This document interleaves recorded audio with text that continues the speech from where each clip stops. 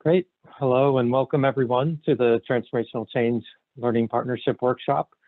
We'll just wait one more minute or so for people to join into the room.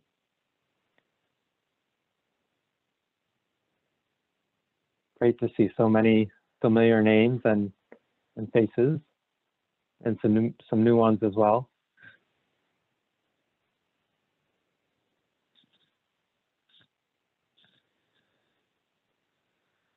So again, welcome everyone to this Transformational Change Learning Partnership virtual workshop. Before I go any further, I'd first just like to point out that we do have translation services in case those are needed.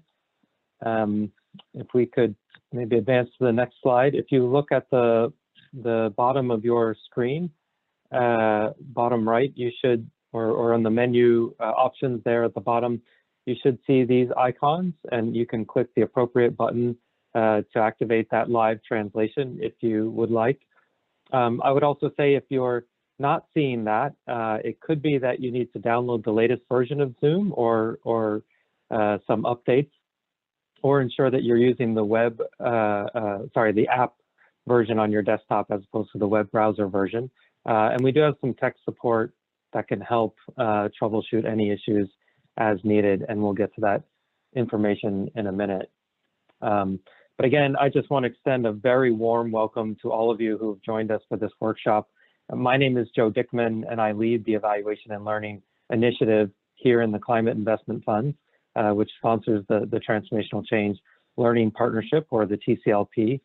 And we look forward to learning with you and from you over the coming days to really deepen our understanding of what does transformational change mean in climate action, and especially how can we apply these concepts and this thinking in a more practical way to strengthen and accelerate progress on the ground during this especially critical moment in time for addressing the climate crisis. And so without further ado, I'll hand over now to Mike Ward, also on the fifth ENL team, who will provide some additional orientation and introductory comments. Mike, over to you. Thank you very much, Joe, and from my side too, a huge welcome to so many people on this virtual workshop of the Transformational Change Learning Partnership. I think it's important to note that since 2017, over 400 individuals and 150 organizations have worked together through this partnership to build our collective capacity to understand and support transformational climate action. This workshop, I think, comes at a pivotal moment in this work as we seek to build on the concepts and frameworks that we've developed and to shift our collective focus to the operationalization of transformative practices across a range of activity areas associated with climate action, and in particular climate finance.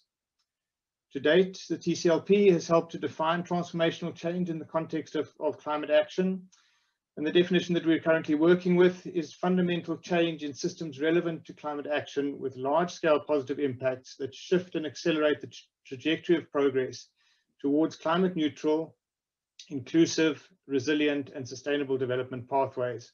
It's a big ask, but it's also a time for a lot of really bold action, I think. The TCLP has also identified the dimensions of transformational change and the signals as ways of observing progress towards transformational change in climate action. Through various interest groups focusing on sectors such as clean energy, resilience, and landscapes, and the concepts, methods, and metrics work has been informed and informing examples of climate action. More details of all of this work is available in the participant handbook that you would have all received. I think that this shift in focus of the TCLP work is evident in the workshop objectives, which is to explore together how to catalyze transformative change. As we seek to ground the understandings that have been developed, it is useful to ask, where can transformational change concepts and practices deepen our response to climate change challenges? And linked to this, which key areas of practice do we need to develop further to advance transformational change? And of course, across all of this, how can we as a learning partnership develop these practices? With this collaborative approach in mind, and in the interest of maximizing the productivity of our time together, here are a few reminders of how we need to work. Melissa, could you move to the next slide, please? I think that it is important to note that this meeting will be recorded, and then just also to remind everybody to mute their microphones while others are speaking, and then really encourage you to use the raise your virtual hand to contribute to the conversations throughout our time together. We have a number of people watching the participant list, and as the hands go up and wherever appropriate, we'll bring comments in. As we do this, also allow everyone a chance to speak and listen actively to enhance both our understanding and to hear other people's views. If you have any technical issues, please contact 𝗬𝗲𝗃𝗁𝗂𝗧 and 𝗬𝗲𝗀𝗃𝗁𝗂𝗧, both in the participant list, and they'll be able to help you. We'll also be using a number of tools to support our collaboration and learning. Melissa, yeah, thank you. So in particular, we'll be using the functionality of Zoom, including the breakout rooms and the chat function. If you get lost at any time and land up in cyberspace all by yourself, please head back to the links provided in the participant handbook, the agenda, and the calendar invites. We're also going to be making extensive use of Mural, a whiteboarding function, to support idea generation and sharing. And then we'll use Slido occasionally just to check that everybody's still concentrating. And then finally, the gather function provides a really useful way to mingle or to network with many of the amazing people from all over the world who are participating in this workshop. We've covered your entry fee, so depending on the time zone or your personal zone, grab a cup of tea or a beer and join us at the end of each of the work days. Yeah, so maybe now just to test the technology and your response times, we'll move into the first Slido activity. In order to participate in this, just enter the slido.com URL into your browser, and when prompted, use the password capital L 213, or just scan the QR code with your cell phone and it should take you in, and then answer the question that appears. We'll be reporting back just now on those results.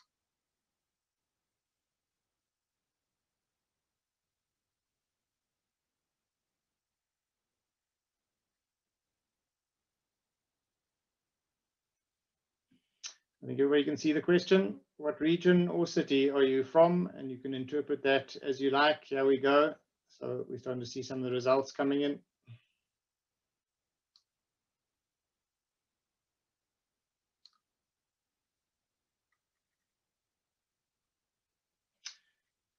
Yeah. Many obviously in Washington, D.C. with many of the kind of people involved directly in the World Bank, in the climate investment funds based here, but also people from London, Germany, Geneva, yeah, some in the Caribbean, yeah, South Asia in there as well. Personally, I'm looking for South Africa. Can't see it at the moment, but I'm sure that there are people in from South Africa. Yeah. Yeah, but just a sense of the huge variety and distribution of people. I think it is one of the huge advantages of being able to work like this virtually, is that we're all able to kind of attend and to work together across these enormous differences without needing to travel. Great. As we watch that, I just want to say that that there's a really big welcome to everybody who's joined us across all of these different areas. We look very forward to working together today and tomorrow on transformational change. And in order to get us started, we're going to move into session 1 to explore why key institutions are focusing on transformational change and what concepts and practices can transform climate action. All of this with a view to bridging the operationalization gap between emerging concepts that we've been working on for some time and advanced practices of transformational change. In order to do this rather tricky task, I'm going to hand over to Tim Larson, who is the president of Ross Strategic and the lead facilitator of the Transformational Change Learning Partnership. Tim will introduce the speakers in our first fireside chat. Over to you, Tim, and thanks very much again to everybody. Great. Welcome, everyone, and thank you, Mike. As Mike mentioned, I'm Tim Larson, and will facilitate this first panel. We're really excited about this discussion. Over the past few years, as many of you know, many of the major climate finance and development institutions have been turning attention to the idea of transformational change. And in our first session, we want to explore this emergent institutional focus on transformational change in an informal kind of fireside chat setting with a panel of esteemed officials from two major climate funds, a multilateral development bank, and a donor country. Before I introduce our panel for this virtual fireside chat, we do want to launch another poll in Slido. So if you go back into Slido or click on the link that's posted in the on the screen there or posted in the chat, and enter the number. If you could respond to the question, what would it take to advance transformational change in climate finance? We're looking for kind of a short response there. We know we could write long books and papers on this, but really interested to see what's top of mind for participants today. We'll share responses at the end of this panel discussion about some of the thoughts that you have in response to this question. So we'll leave that up for a minute, but I would like now to quickly turn to introduce our panel. We have 𝗬𝗲𝗀𝗀𝗀𝗀, the CEO of the Climate Investment Funds. 𝗬𝗲𝗀𝗀𝗀𝗀𝗀 has been with the CIF in this role since 2014 and has really been implementing a pioneering vision for championing leadership, innovation, and learning relevant to scaled climate action. And her vision has really kind of resulted in the formation of this Transformational Change Learning Partnership, which is hosting the workshop today. We also have with us Andreas Ruhmann, Head of Independent Evaluation Unit at the Green Climate Fund. And for those of you who don't know the Green Climate Fund, it's another very important climate finance institution and is an element of the Paris Agreement, mandated to support developing countries raise and achieve their nationally determined contributions, or NDC, ambitions around low carbon, low emissions, climate resilient pathways. Next, we'll have Juan Pablo Bonilla, Head of Climate for the Inter-American Development Bank. He's the manager of IDB's Climate Change and Sustainable Development sector, and has served a variety of roles over the past few years in IDB, as well as the World Bank and with the government of Colombia. And then finally, we're thrilled to have with us Antonia Caldera-Saraiva, Deputy Director of International Climate and Energy Analysis with the UK Department for Business, Energy and Industrial Strategy, one of the key donor governments to some of the climate funds, including the CIF. So with that, I'd like to pose a question. We're going to keep this a little bit informal today, but I will create some space beginning here for each of our panelists to respond to kind of a twofold question. Why transformational change? Why is your institution really interested in transformational change? And if you could tell us a little bit about how you and your institution think about what transformational change means. And why don't I start with you, 𝗬𝗲𝗀𝗀𝗀𝗀. Thank you very much, and welcome everyone as well. It was great to see people from all over the world. Very much welcome, and thank you for being with us. Okay, this big question, and I'm going to keep it short. These are big questions, but I'm going to keep it short to begin with, and then we will have the chance to maybe engage in this what is it called? Fireside? Fireside chat, yeah. Fireside chat. So transformational change. This is really, when we talk about, our work in the climate investment funds, transformational change was there as a principle and an overarching objective, even if it wasn't defined as transformational change at the time since inception. What the founders of the climate investment funds were interested in was really bringing about new partnerships, bringing institutions together, in this particular case, multilateral development banks, and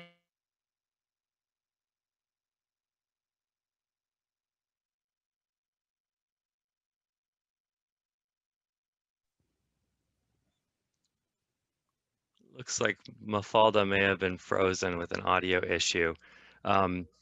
What I'm inclined to do is maybe go over to our next speaker and we can come back to Mafalda. So Andreas Rumen from the Green Climate Fund, would you be willing to kind of share your thoughts on kind of why transformational change and maybe even how it's linked to the paradigm shift concept at GCF and what it means, what the concept means to you? No, thanks, Tim, and I'm glad to be the gap filler until Mafalda's back. But just to say yes, hello and good evening here from Songdo, Incheon in South Korea. Yeah, look, I would answer this question on why transformational change in almost the same way as Mafalda started to. Basically, the GCF derives most of its work from the governing instrument and other guidance that has been given by the board or by the COP. And in that sense, there's two aspects to highlight. And one is that the fund, as set out in its governing instrument, will contribute to the achievements of the ultimate goal of the UNFCCC, and therefore respond directly to the Paris Agreement. And for that reason, climate change has been recognized as a global problem that requires, of course, a more transformational a solution than perhaps other smaller items.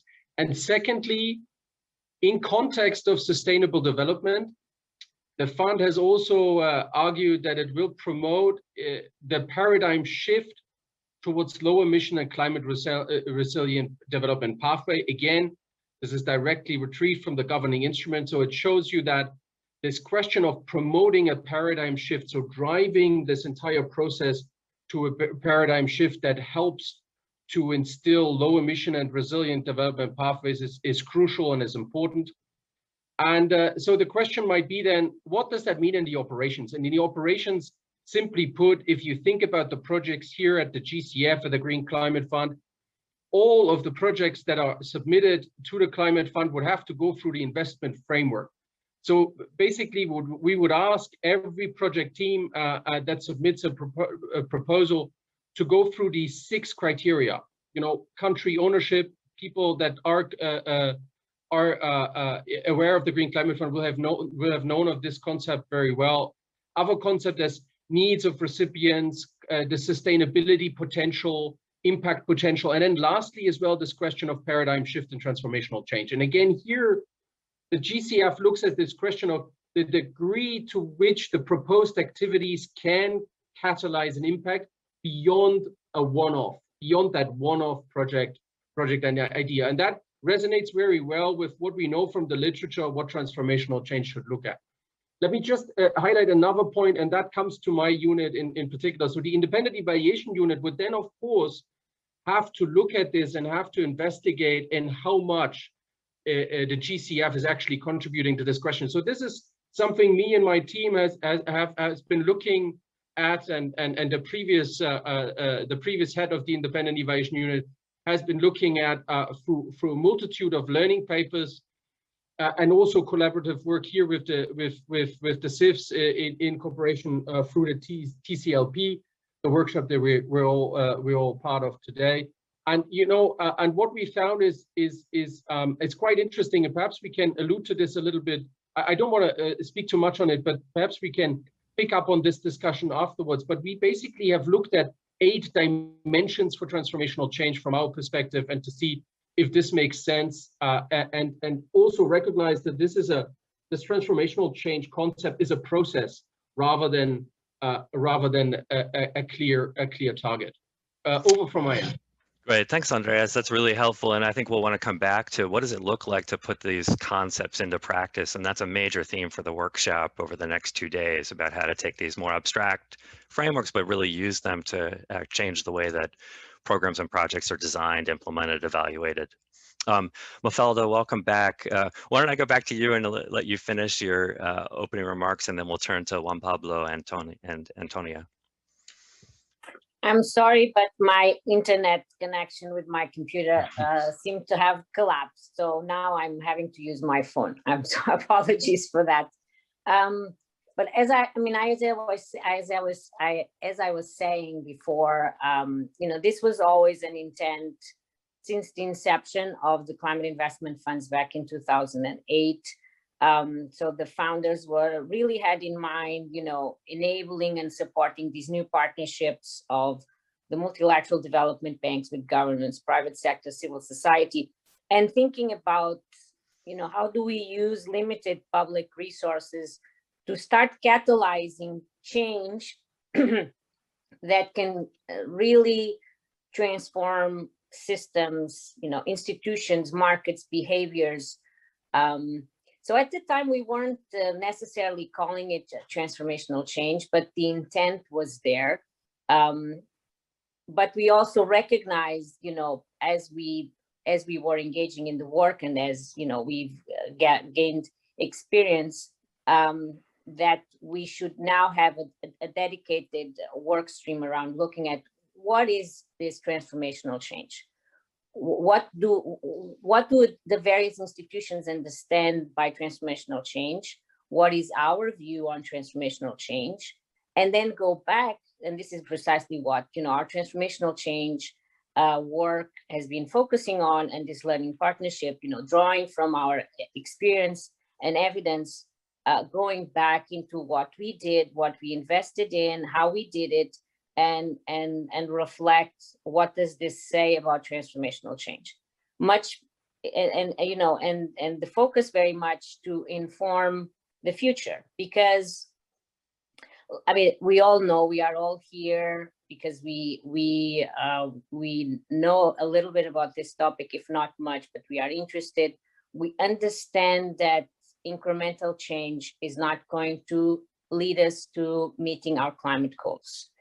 The urgency of climate action and the depth at which it needs to happen is clearer and clearer. I don't think if there are skeptics out there, it's because they are not really paying much attention to the science and all of the data that is out there.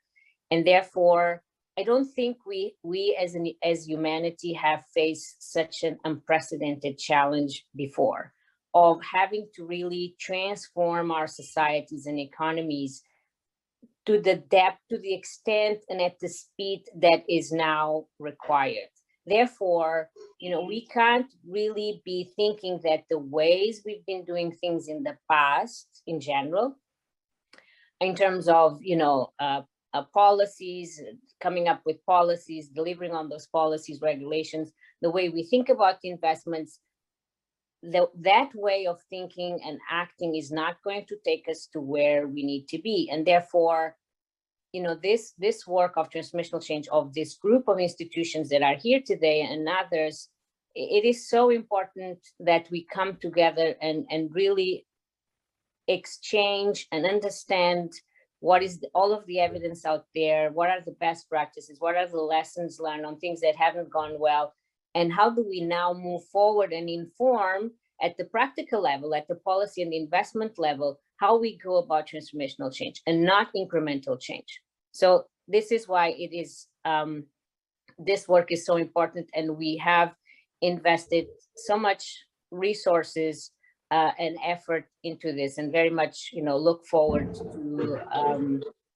to this discussion and all of our partnerships really that are underpinning this transformational change learning partnership. Great, thanks, Mafalda. Juan Pablo, let me turn to you now, and how would you respond to the question, why transformational change, and what does it mean to you and IDB? Thank you, Tim. Thanks, Mafalda, for the invitation to participate. I think this is a fascinating discussion because, as Andrea said, I think transformation for us is a dynamic process. And I think just the story that you see about climate in our institutions is a reflection of what is happening at the country levels related to transformation, to continuous transformation. And I was remembering, Mafalda, 12 years ago when we started working with the CIVs, we talked a lot about demonstrational impact and transformational and scalability. I think we were just wondering what that meant more than 10 years ago. But I think it was pioneering to start saying we need to develop investment plans with the ministers of finance. It was a very strong signal to say, listen, this is way beyond the environmental field. And this is, Tim, what I've seen in the IDB in the last 15 years. The evolution of the climate team concentrated at the beginning in climate projects. Seeing that now nobody's talking anymore about climate projects, but about how to introduce the climate dimension in development projects, I think is a huge change. We started at the beginning talking about the importance of energy issues, energy efficiency, renewable energy, sustainable transport, seeing the evolution that we had at the bank towards sustainable infrastructure, meaning way beyond environmental issues, social dimension, transparency, to have a broader definition about sustainable infra. That was fascinating. Seeing how we have evolved to other sectors inside the bank. And when our department was created 5 years ago, it's a territorial dimension. It's recognizing that beyond working in a transversal way with sectors, we need to understand better the territory. Cities and urban development, rural development, part of the adaptation agenda in all our countries is part of a better planning. So I think every day you see that evolution. And now with COVID, it's very sad what is happening for the whole world, but in particularly for developing countries in Latin America and the Caribbean, we've learned that the connection with social needs to be stronger.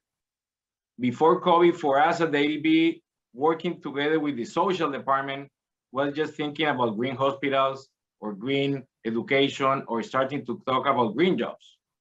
Now we are learning that all the safety net that we have created for COVID could be the future of response to natural disasters. We're learning that cash transfer programs that we've had, used for many times for the social part, now can be the response to adaptation, to low carbon agriculture, and to many other practices. And to finalize, I think the role of ministers of finance and planning is becoming every day more relevant. And internally in our institutions, we're doing that too. I mean, for us, the vice presidency of countries, that is the one that program every day with the ministers of finance, is becoming our key ally right now to understand that systemic change. And to finalize, climate disclosure. It's been very challenging to start including the risk departments, the finance departments of our institution to understand what climate disclosure means for the future. Concessional financing, not only from the CIF, from the GCF, from all the bilateral programs that we have. Two examples at the ADB is the UK CIF program and the C2F from Canada.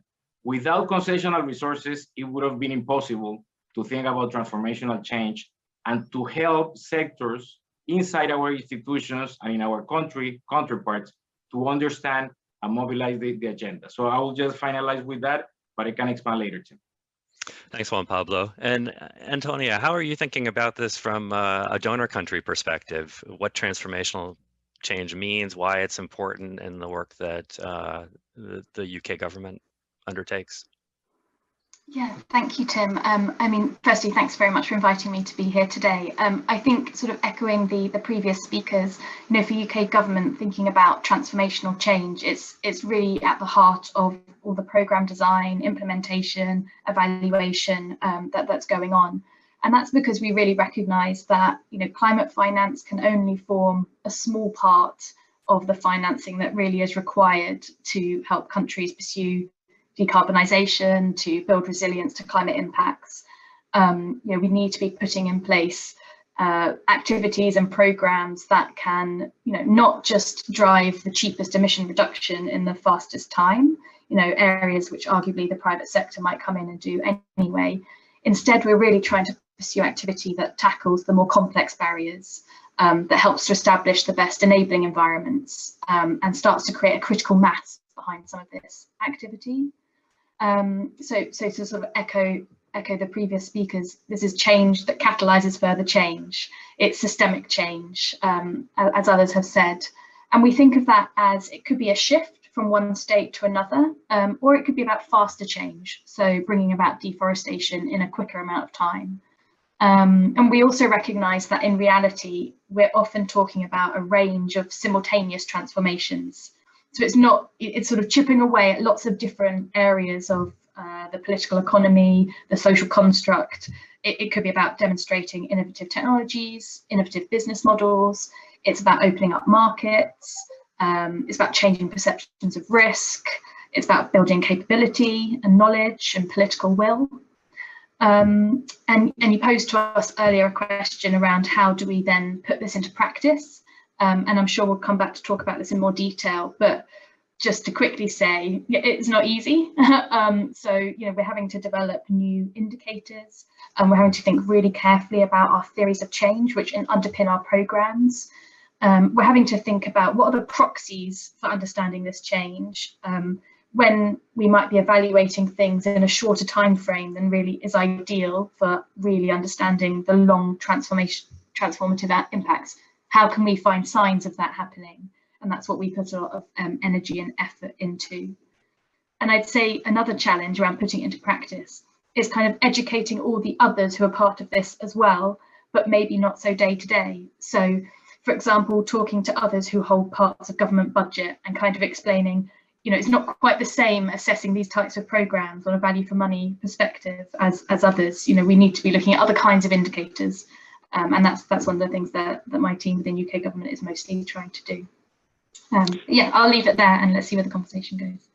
Great. Well, you actually helped make a nice transition, which is, you know, what does it take to put this in practice? And you know, you've all spoken to that it goes beyond kind of a more traditional project focus to really thinking about follow-on effects of scaling impact or broader systems change, recognizing there's a lot of complexity of interlocked or interconnected systems.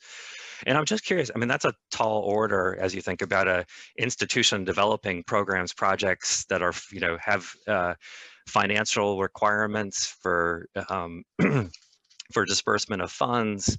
How do you think about navigating the complexity of kind of alignment with Paris, contributing to systems change, contributing to scaling prospects down the road? What does this mean for your institutions as you think about, you know, any thoughts or on kind of what it takes in the how institutions may need to work differently and the different types of skills and capacities and processes that may be required? I know there's a lot in that question, but would love to just to hear you each speak to for a minute, you know, what it means in practice to move these types of things forward and experiment. So 𝗬𝗂𝗶𝗵, why don't I go to you first, and then we can go around and see different perspectives. Thank you, Tim, and it is a great question, particularly after COVID. As you can see, I'm talking a lot about COVID. Because the impact of COVID in Latin America and the Caribbean, I mean, it's been worldwide, but the economic impact and the health impact of COVID in Latin America and the Caribbean has made us rethink many things and the connection of climate and sustainability with the recovery of the region.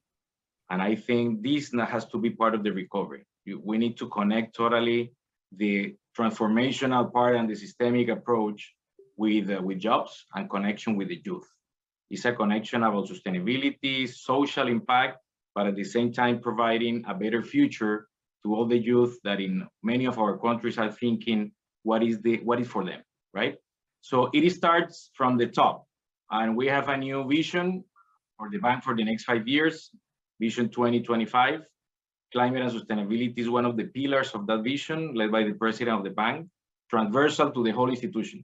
And I'm talking about the IDB group, not only to the IDB public side, IDB Lab, our institution of innovation, but also BidInvest, the private sector part. So we start with a very important vision, climate and sustainability as a key component. But now the question, Tim, is how you go down to start making a change. We're thinking about totally decentralizing the climate change division. It was more based in Washington to mainstream climate to sectors and to territory, in particular in my department. Now we want the climate division in the field with the IDB reps, with our representative in any country, because the entry point for better planning, for the discussion with the ministries of finance and to Paris alignment in the future is there. Is supporting our countries to understand that change and how that is going to be part of the recovery. So we're starting that process, and I think not only for climate, I think we're going to have every day, that's what the president told us and our board, a closer bank in the day-to-day to what the country did. If we don't do that in climate and sustainability in general, I'm talking about sustainability because we're trying to make the connection about climate and biodiversity as well. We developed a new group for biodiversity and natural capital that is right now part of the climate division and is becoming part of the solution for adaptation and resiliency as well. We learned from the PPCR, for example, the importance of planning for the Caribbean, and we're trying to, Mafalda, use that example of the PPCR in other countries. And I said recently to Mafalda, she was part of one event in our annual meeting, we're starting to develop an initiative for the Amazon territories about sustainable development. It's way beyond climate. It's about rural development, cities, sustainable infra, bioeconomy. We're starting to develop a good program with the GCF for bioeconomy and other donors for forestry. And I said to Mafalda, I'm starting to use the concept of investment plans for territories to what we're gonna do in the Amazon. So it's and again, a learning process from the CIF that now we're starting to use with ministers of finance for the Amazon. So to finalize, Tim, I think the key for the next years is to listen a lot and understand what the countries are facing in terms of economic impacts, in terms of health impacts. Without vaccination in developing world, it's going to be very hard to think about a green recovery. And we need to recognize that as part of the transformational change that we need. Right, thanks, Juan Pablo. And just want to remind all participants to please keep yourself on mute so that we can make sure we hear the panelists.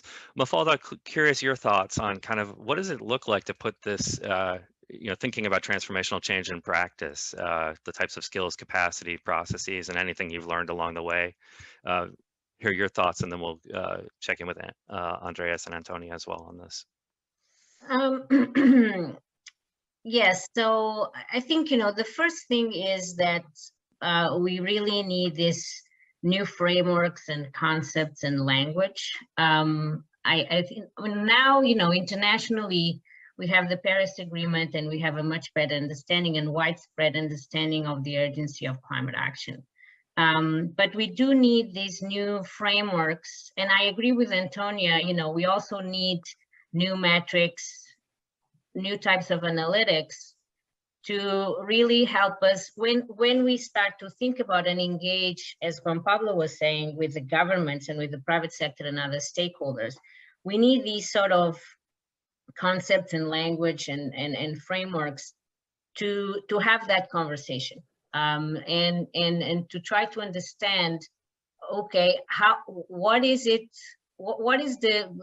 are the big challenges that a particular country, a particular region, communities are facing, and how do we think about doing investments and policies and differently, so that if we are already on the path of systems change, we scale that up. But if we are not on that path, and remember, this is economy-wide, so it's not one sector. We have to look at the various sectors and how they interlink and the interconnections between these sectors, and really, I mean, we will not know the answers up front. We have to be testing and piloting new ways, but certainly, one of the things that it has become clear to me throughout these many years, with the work of the climate investment funds, and it's sort of like embedded in our framework of transformational change that we have adopted in the climate investment funds. One is that we have to look carefully at what we are calling relevance, the context. This is not going to look the same in the diversity of places. It's going to look very differently, and it has to respond to the needs of those countries and communities. And so Juan Pablo was talking about COVID. Right now, it's undeniable that that needs to be a big part of that conversation. But as well, when you talk about climate, we can't separate climate and development. These agendas are completely interconnected. So it's important that context, that relevance of what we are proposing to that specific region, society is taken into account. The second, of course, is systems. When we are, and I know this is a complex field and one that, it's not easy to grasp, but when we're talking about systems, and we have seen with our work, when we are able to make significant changes at the institutional level, at the policy level, in terms of society's behaviors, we then start to see, what is not an incremental change anymore. Because those are things that do take time and effort. These are not things that we see going back and forth. Once you start to see these changes, in behaviors, and in institutions, and once you have policies, you're not changing policies every 2 years or regulations every 2 years. And then, if you start really seeing those policies and regulations making significant impact in the lives of people. There's a child. Yeah, participants could please mute yourselves. That would be helpful. Oh, it's lovely. So that's another dimension, systems, thinking really about what are the sort of things that we need to be investing on and supporting at those different levels, so that we start to see, we see changes that are not easily reversible. The next, of course, is, scale, thinking about the scale. What is the scale of what we need to do, or how long do we need to be really supporting, and with which type of support the governments and the private sector and these communities, so that we reach a certain scale? It's almost like you reach a tipping point again, that you don't go back. This is all a question of, how do we ensure that once people realize that there's another way and that there's a better way, we get to that point, so that we don't go back to business as usual, or to, other ways of doing things like we were used to. So I think, all of this is very important, but, here we are speaking about it, and it's really complex.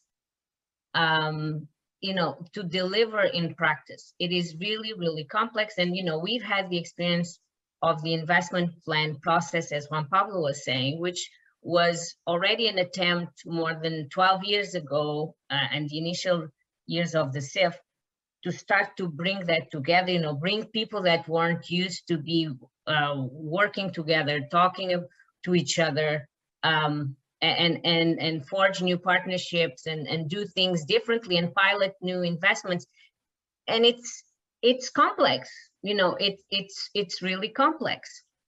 So we as a community, need to take responsibility and feel responsible to help those that are really, on the ground, having these discussions, trying to deliver on these investments, and these, the technical assistance, understand how best to do this, or try different approaches to reach this objective. I just want to say one last thing, which I think is really important. I think Juan Pablo also touched on it, and I think Antonio as well. I missed most of your intervention, Andrea. Sorry for that in the beginning.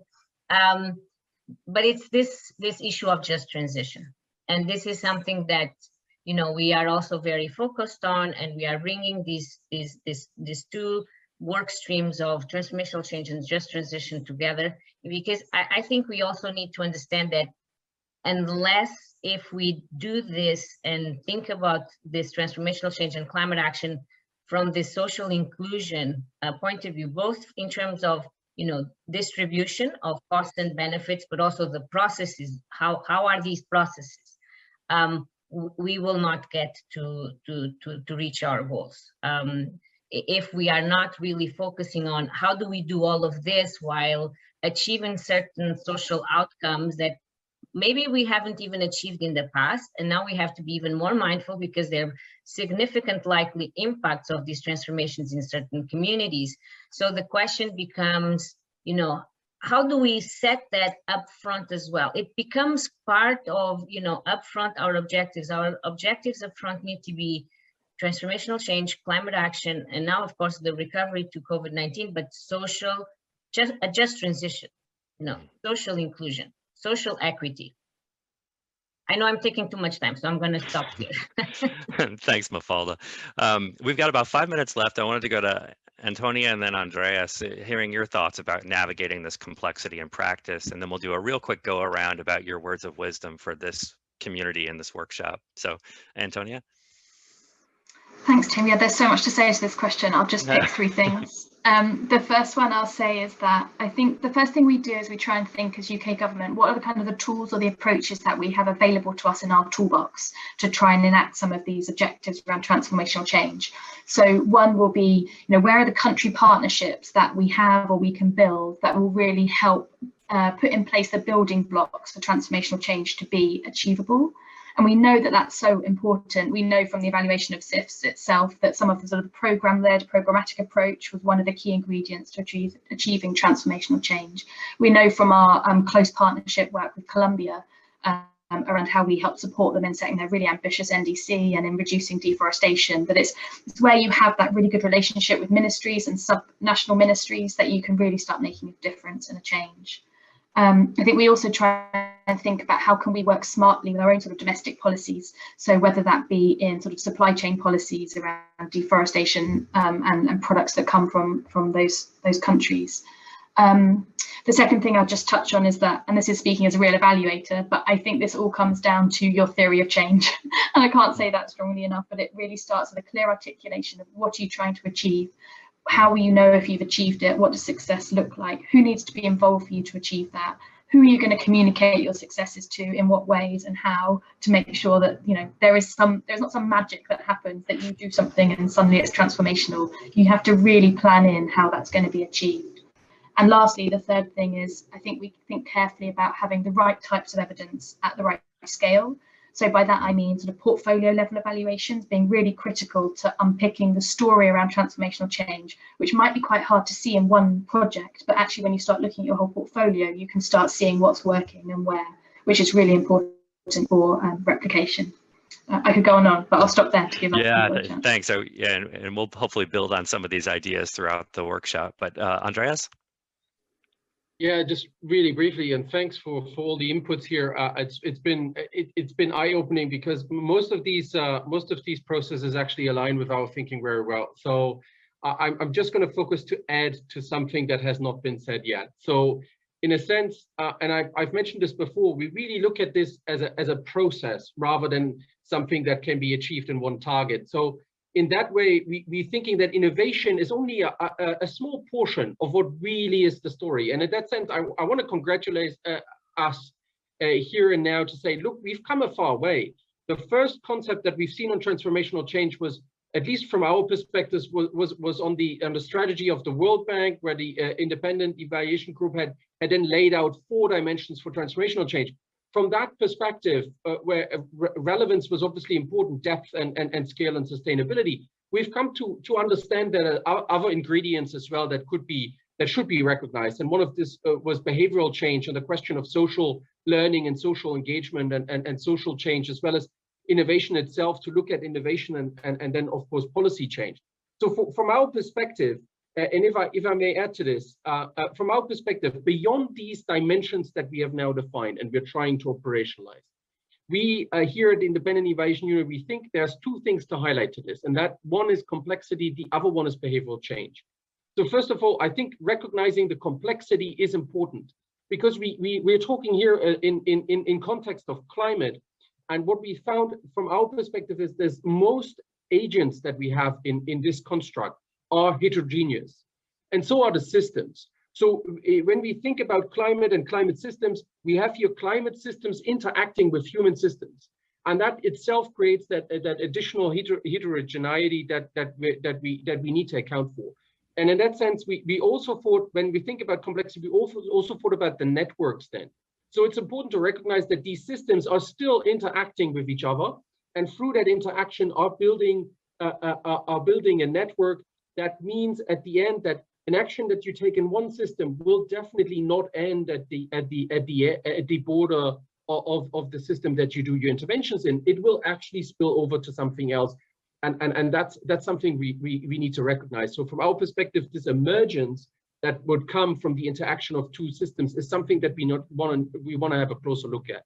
And here we think about this idea of the unknown unknowns. So that question of behavioral change and understanding that we're here acting with incomplete information, and we need to understand how the behavior and the societal behavior, as Mafalda said, is of importance. So from my perspective, we only have three things to say, and we would argue that we need to know what we know. So we need synthesizing our evidence in a far better way in the future.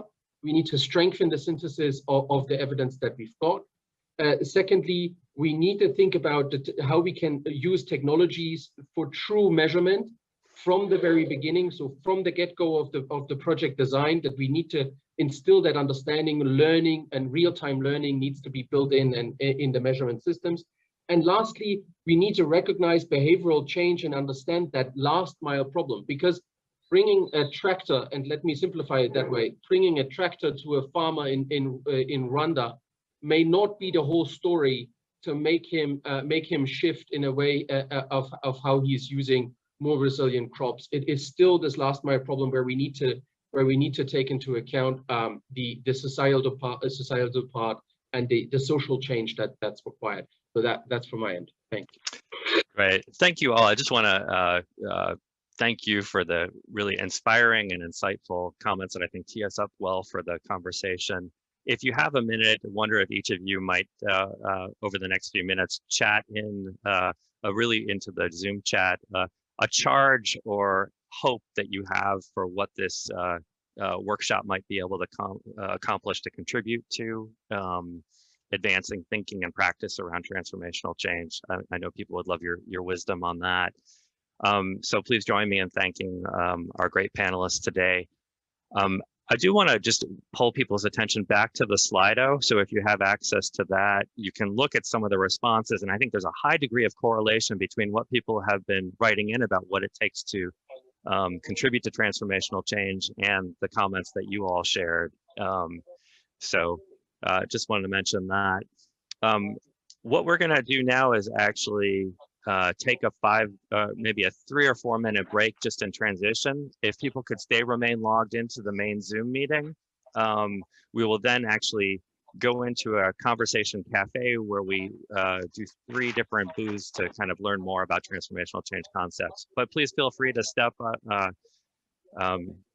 back for a minute and take a brief break, and we'll rejoin in about 3 minutes. Thank you. Thank you, everyone. And please do continue to be as provocative as I see here already on the chat. I'm looking forward to hearing about the outcomes of this really interesting and relevant workshop. Thank you all very much. Mafalda. Thank you, Mafalda.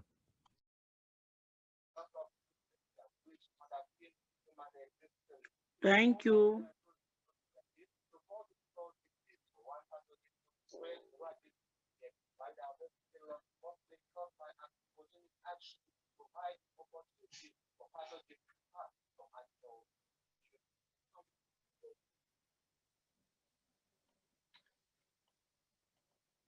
Right, and I think I'm going to welcome everybody back. I know it must feel like a short 3 minute break, but there's also, coming out of that last session, a real sense of urgency, and looking in the chat as well, a sense that, you know, despite all of the work that is going on, emissions continue to increase, and so perhaps we don't have time for long breaks, and more a kind of sense of urgency in some of this work.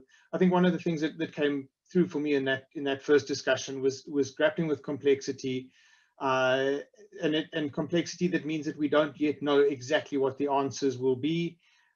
There's no predetermined target, I think, was one of the comments, and therefore we're going to really need to support dynamic processes and learn socially very quickly to respond to the big issues.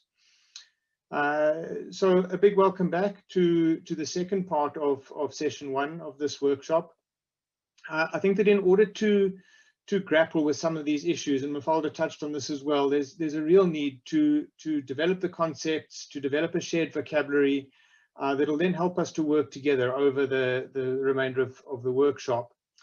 We're going to do this through what we've called a conversation cafe, and it'll work as follows. We're going to break into 3 groups. Actually, you're going to be assigned to 3 groups, so you don't have to select a group, you'll be assigned to a group. Once we're in those 3 breakout rooms, there will be 3 sets of speakers that will rotate through the breakout rooms, spending 20 minutes with each group. And so each group is going to be visited by all 3 speakers as they move around, have an opportunity to hear and engage with transformational change frameworks that they're working on. We've selected 3 frameworks quite carefully as they kind of pick up on some of the big issues around transformational change and start to develop the sort of conceptual frameworks that we'll need to take forward the discussion in the remainder of today and tomorrow. So the 3 frameworks we want to work with, the first is the Transformational Change Learning Partnership, Dimensions and Signals of Transformational Work. This will be shared by Jessica Kyle, who's the Director of Climate Change and Sustainability at ICF, 𝗂𝗂𝗂𝗂𝗂𝗂𝗂𝗂𝗂𝗂𝗂𝗂𝗂𝗂𝗂𝗂𝗂𝗂 Smurthwaite, who's a project coordinator and analyst within the CIF TCLP, and 𝗬𝗂𝗂𝗂𝗂𝗂𝗂𝗂𝗂𝗂𝗂𝗂𝗂𝗂𝗂, who's a Director of Oxford Consulting Partners. So that'll be one group of speakers and one framework that'll move around. The second one is a GIZ. It's GIZ's work on transformabilities, the kinds of abilities that we will need to respond in this dynamic way. It's going to be shared in a video presentation by Daniel 𝗂𝗂𝗂𝗂𝗂𝗂𝗂𝗂𝗂𝗂𝗂𝗂𝗂, who's at the Climate Change and Environmental Policy Planning Advisor at GIZ. And then the third kind of focus area that we'll pick up on is work by the Climate Environment Facility on large systems change, as well as, and this work will be shared by 𝗬𝗂𝗂𝗂𝗂𝗂𝗂𝗂𝗂𝗂𝗂𝗂𝗂𝗂, who's the lead environmental specialist at GEF, and will be commented on by Kelly Levin, who's the Director of Tracking and Strengthening Climate Action at the World Resources Institute. So yeah, just really encourage you to think through the range of perspectives. It'll be shared by the different speakers. And of course, bring in your own experiences to think through what will be needed to pivot to action, experimentation, and learning for transformational change in these dynamic and complex systems. In each session, the speakers will present for about 10 to 12 minutes, followed by quick questions and comments by participants.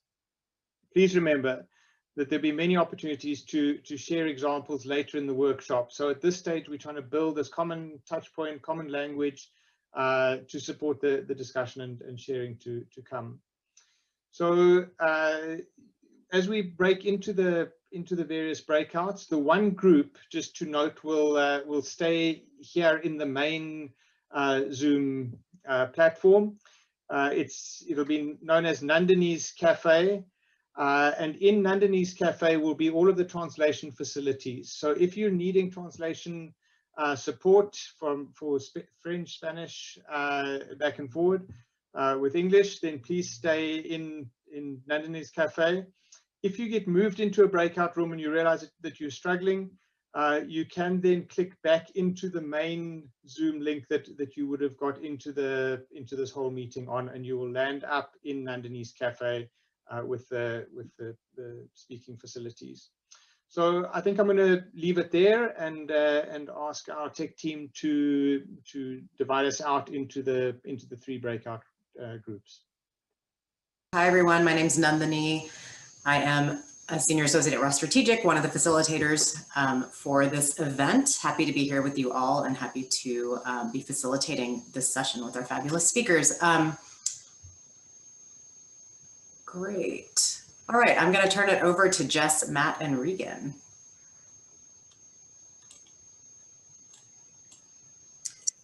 Hi, everyone. It's good to see you. My name is Regan Smurthwaite, and as Mike mentioned, I work for the Climate Investment Funds.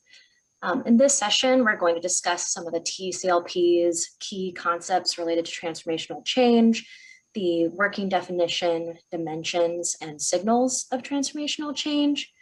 These concepts have come together through a combination of research on transformational change, as well as a consultative process with Transformational Change Learning Partnership participants that many of you have probably been involved with.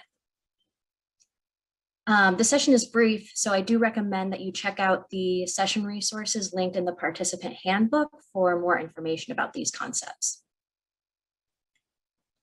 The TCLP defines transformational change for climate action as fundamental change in systems relevant to climate action with large-scale positive impacts that shift and accelerate the trajectory of progress toward inclusive, climate-neutral, resilient, and sustainable development pathways.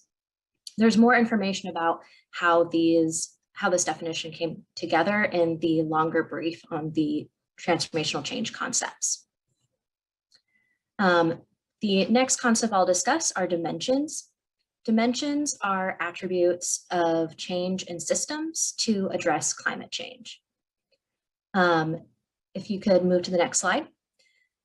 We have 5 dimensions: relevance, systemic change, scale, speed, and adaptive sustainability. Relevance is defined as alignment with context and opportunities to advance transformational change goals. You heard a little bit about this from Mafalda in the fireside chat. So relevance deals with the goal of an intervention, being transformational change, that changes create contextually appropriate enabling conditions needed to remove barriers.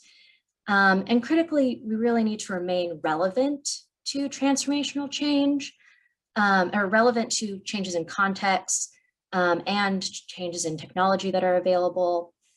So not remaining committed to one plan as we move forward. Thanks. If you can continue through the slides. The next dimension that I'll discuss is systemic change. So systemic change involves shifting the structures, functions, and interrelationships of elements within systems that produce or shape outputs and outcomes relevant to climate action. Next slide, please.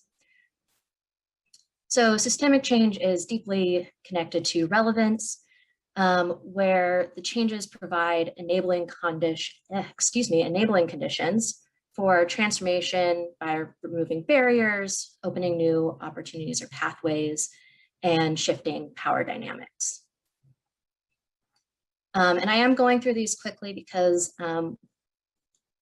this will be even more, this will become clearer as we go into this signals discussion, where we'll kind of talk about how we see these manifesting.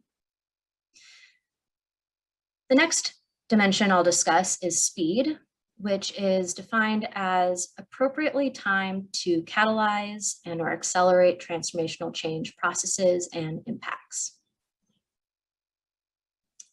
The urgency of the climate crisis really necessitates considering speed and the pace of change. And the speed of change really is impacted by making systemic changes and enabling scaling pathways and other shifts.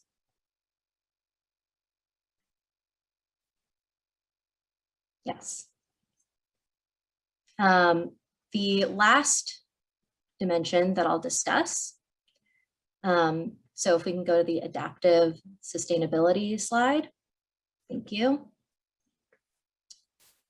Adaptive sustainability is defined as robustness, resilience, and adaptiveness to change. This deals with making sure that change is maintained over time and establishing a new normal. And it's enabling the system to build on progress to integrate new and better changes as time goes on. At this point, I will hand it over to Matt and Jess to discuss signals of transformational change. Great, thanks, Regan. Next slide. So a couple of years ago in TCLP workshops, we kept getting this prevailing feedback from participants that they would know transformation when they saw it, but that they were struggling to identify benchmarks for it. And so this work on signals began to answer this, this practical question: how will we know we're making progress toward the dimensions of transformational change? How will we recognize it? How will we demonstrate it? And so signals are meant to help do that. We've said signals are ways of observing progress towards transformational change in climate action. Next slide. Okay, so we see signals as useful tools throughout the programmatic life cycle. So in design and redesign, signals could be used to help assess the extent of transformational ambition, ensure that relevant barriers have been identified or that an intervention is well timed. In implementation, signals can certainly help to inform the development of monitoring and reporting systems or support adaptive management measures, if the expected signals are not materializing. And in evaluation and learning, signals can help feed into evaluation methods like expert opinion-based methods or measurement methods that might help assess progress towards transformational change, or just help with general learning on how to catalyze transformation. Next slide. So through the TCLP's work and a review of the literature, we've identified a series of insights that inform the development of our framework for signals. And Matt's going to present that to you in just a few minutes here. This is just a subset of them, so I would refer you to the paper that's in your reference material for some more details. But the first insight is that signals can be mapped to the 5 dimensions. This is a natural organizing principle, and we say that ultimately, identifying signals across all of the dimensions is necessary for climate action to be transformational. The second is that signals can be observed at and across multiple nested levels. So from individuals and local communities, all the way up to landscapes and global systems. And the idea is that to be advanced, a signal has to go for multi-level transformation. So aiming for higher level systems change while integrating across to lower level systems. Just as a practical example, passing a law at a national level, it's not an advanced signal unless it's linking to budget and capacity to implement and enforce that goes all the way from the national, down to decentralized levels. An emerging signal is often at single levels or at lower levels, and that's illustrated by the shorter arrows on the figure you see here. Another insight is that signals have to capture linkages amongst arenas of transformation, so economic, social, and environmental. The transformational climate actions have to address the interconnections among these systems. And another insight is that signals of transformation can be found in both outcomes and processes. We describe them in both of those ways, and that process signals are especially important for certain dimensions like systemic change, where we want to recognize transformational change through change agents and mechanisms like legitimacy or norms or mindsets. With that, I think I pass over to you, Matt, to show us the framework. Thanks very much, Jess. Could we go to the next slide, please? So, sort of summarising what's been said, we've tried to structure the signals into a set of subcategories. So, as Jess said, the signals map onto the dimensions, but within each of the dimensions, there are some subcategories that set out different types of signals. So, under relevance, most of these signals tend to be linked into programmatic type interventions and their relevance to the overall objective of transformation, which in this case is in climate mitigation or resilience, but also aligned with social or other environmental goals. The intervention logic, so is an intervention at the right point in the development? Is it a systemic change intervention, a scaling intervention, or does it try and do both? In terms of political economy, and we heard at the beginning of the workshop the importance of embedding transformation through local institutions, local actors and change agents, and also in terms of the timeliness. So is there a confluence of events or dynamics in market or politics that create opportunities for change? Jess touched upon the 3 different arenas of transformation: the environmental, the socio-institutional, and the techno-economic. The techno-economic are really sort of technology type barriers, innovation or deployment, markets as well in terms of business models. Socio-institutional tends to cover policies, governance, sort of institutional aspects, but also behaviors within the social context. And then environmental, we're looking at natural systems, climatic systems included. So really what we're trying to do is to be able to group the signals into these subcategories. Next slide, please. The other element that Jess touched upon was this idea of emerging and advanced. And if we look at the right-hand side of the slide, emerging signals are really those that are related to processes that are facilitating transformation, or to sort of early stage demonstration or pilot type interventions, which are not yet scaled or adopted more widely. We've also identified emerging signals as being those which occur only at a single level. So it's not enough to change a policy if that's not then cascaded into subnational or local levels. Similarly, it's not enough to do an innovation or a demonstration project unless that's scaled up to national or global levels. Advanced signals are much more those which indicate fundamental shifts in system performance or function, and which connect multiple levels, so which link from the subnational to the national to the global.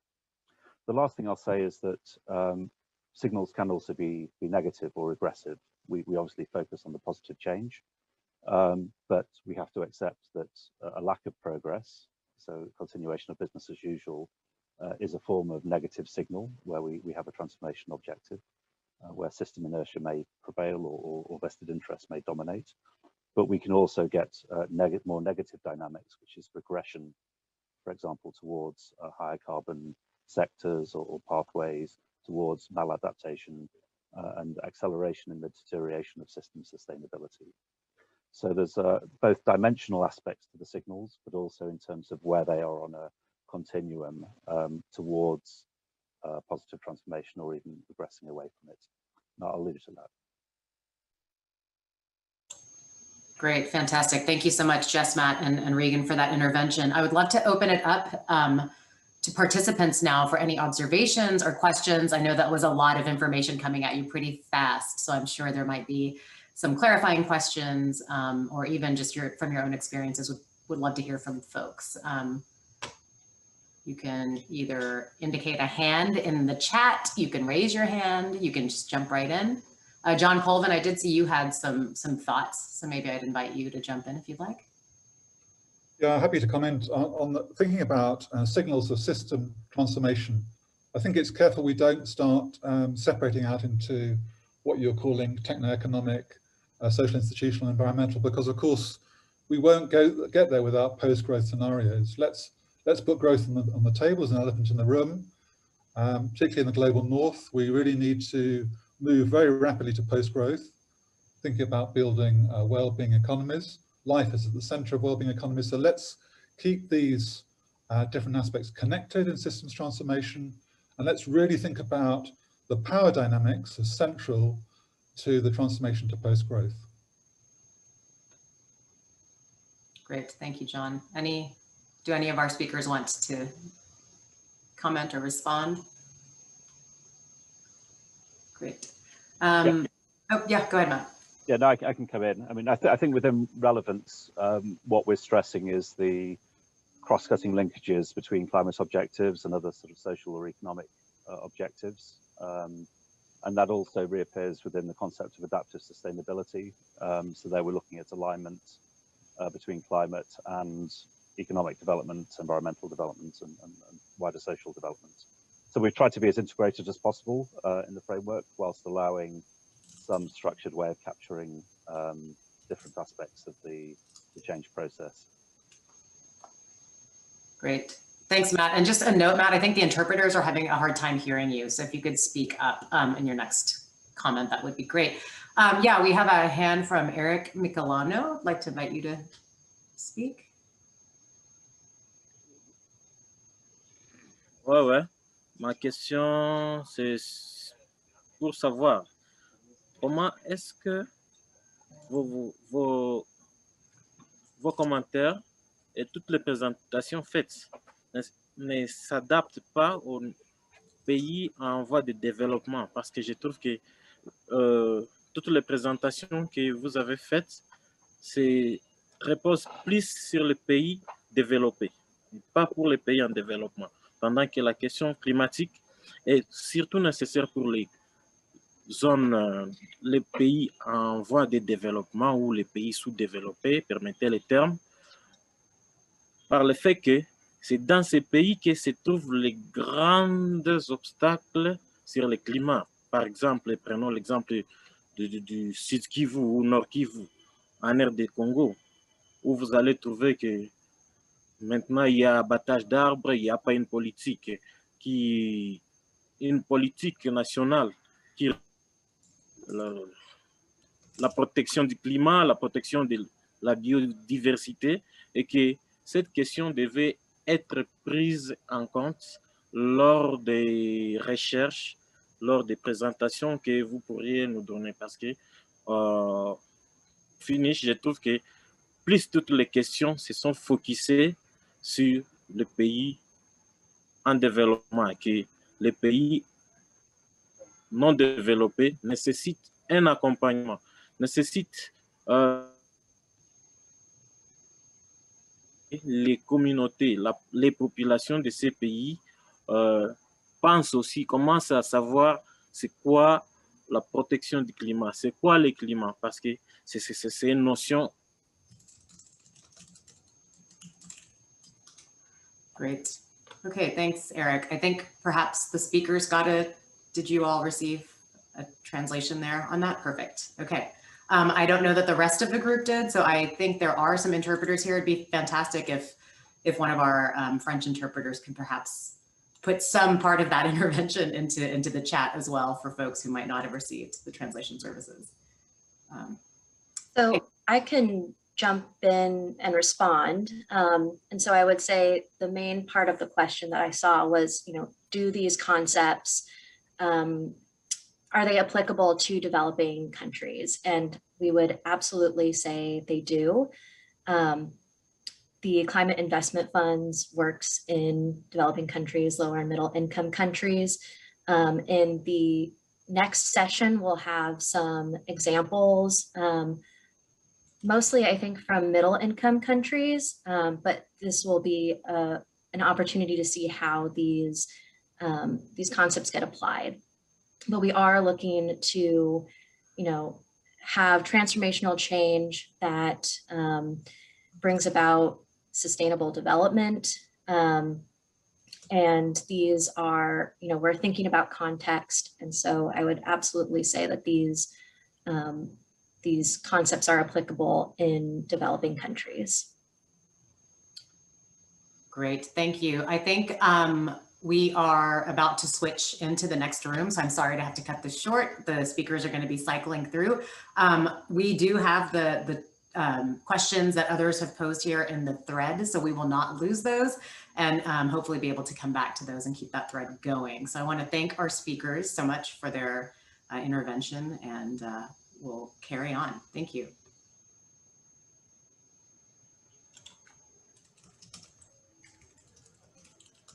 Allô? Allô? Est-ce que je peux intervenir, s'il vous plaît? C'est Dan du Niger. Yes, you may, but I just would like to recognize that our speakers will be cycling up, but yes. Thank you very much. Mais très rapidement en français.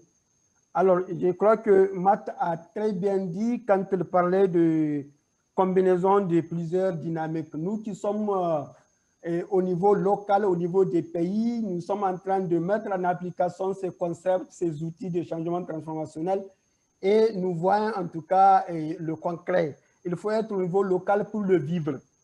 Et la première chose qu'il faut savoir, c'est d'abord une dynamique au niveau des politiques publiques.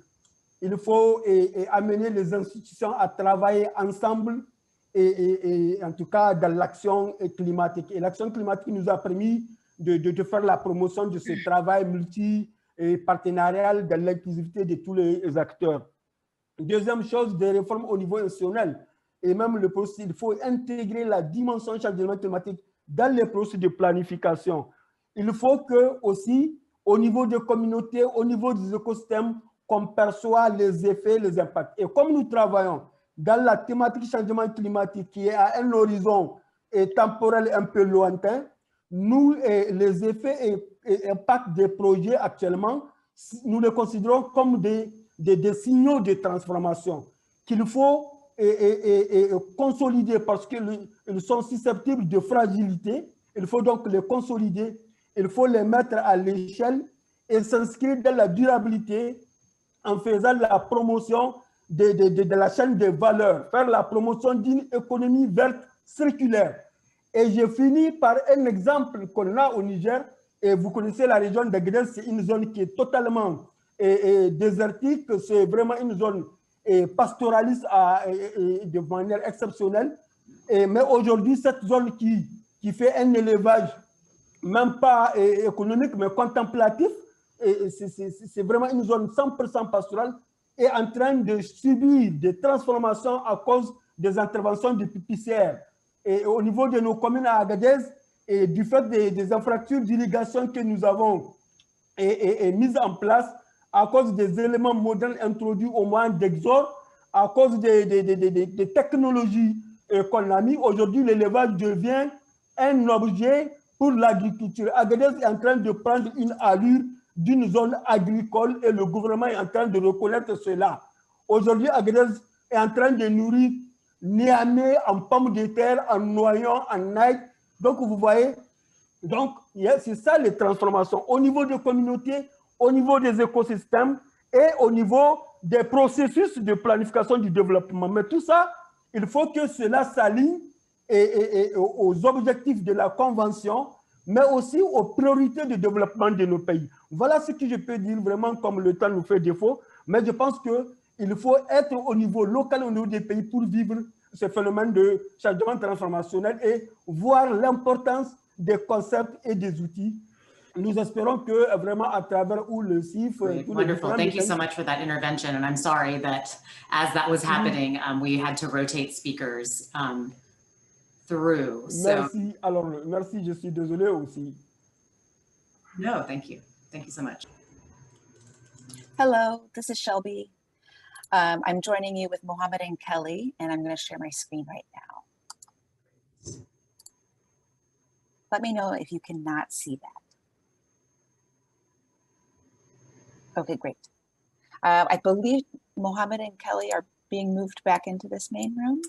I was successfully moved. Oh, great. Hopefully Mohammed is as well. Yeah, and Kelly, I apologize. I apologize to everyone about the tech difficulties. So, and Kelly.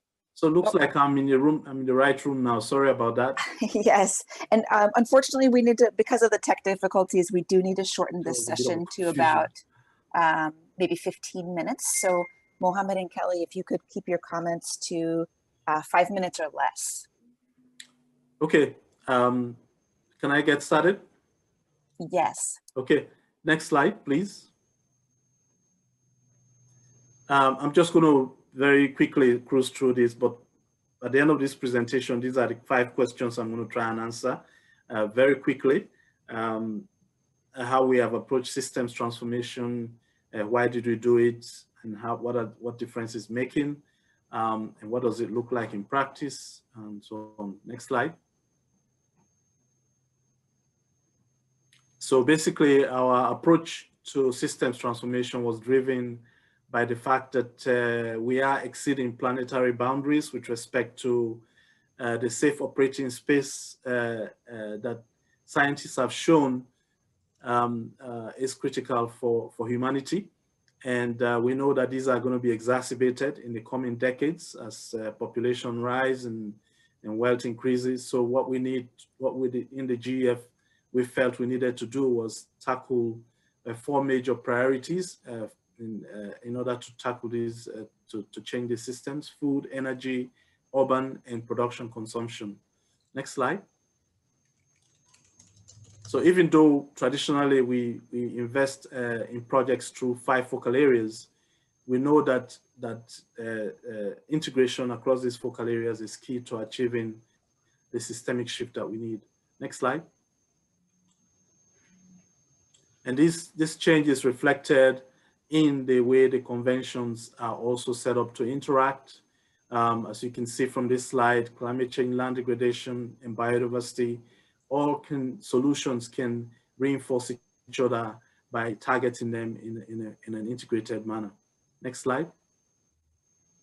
So what we started off doing was to find ways in which we can channel resources to integrate across these multiple focal areas and be able to go beyond just delivering solutions, but also influencing the drivers of the environmental degradation that we were set up to tackle across multiple scales, involving multiple stakeholders, and connecting that to sustainable development. Next slide. So we've done integrated programming over the last 4 replenishment phases, and in the current GIZ 7 phase, we have focused on systems transformation as the primary rationale for integration. Next slide. And so we had 3 pilot programs in GIZ 6 that started us off with the integration and deforestation-free commodity supply chain, sustainability and resilience for food security in Africa, and sustainable cities. I'm just going to quickly skip over them in the interest of time. Next slide. And so again, as I mentioned, traditionally in the GEF, we will fund sustainable land management and natural resource management as the way to develop global environment benefits. But by integration, we're also able to work more with multiple stakeholders across multiple scales and invest more in tracking how the overall system is evolving as a result of GEF investment. Next slide.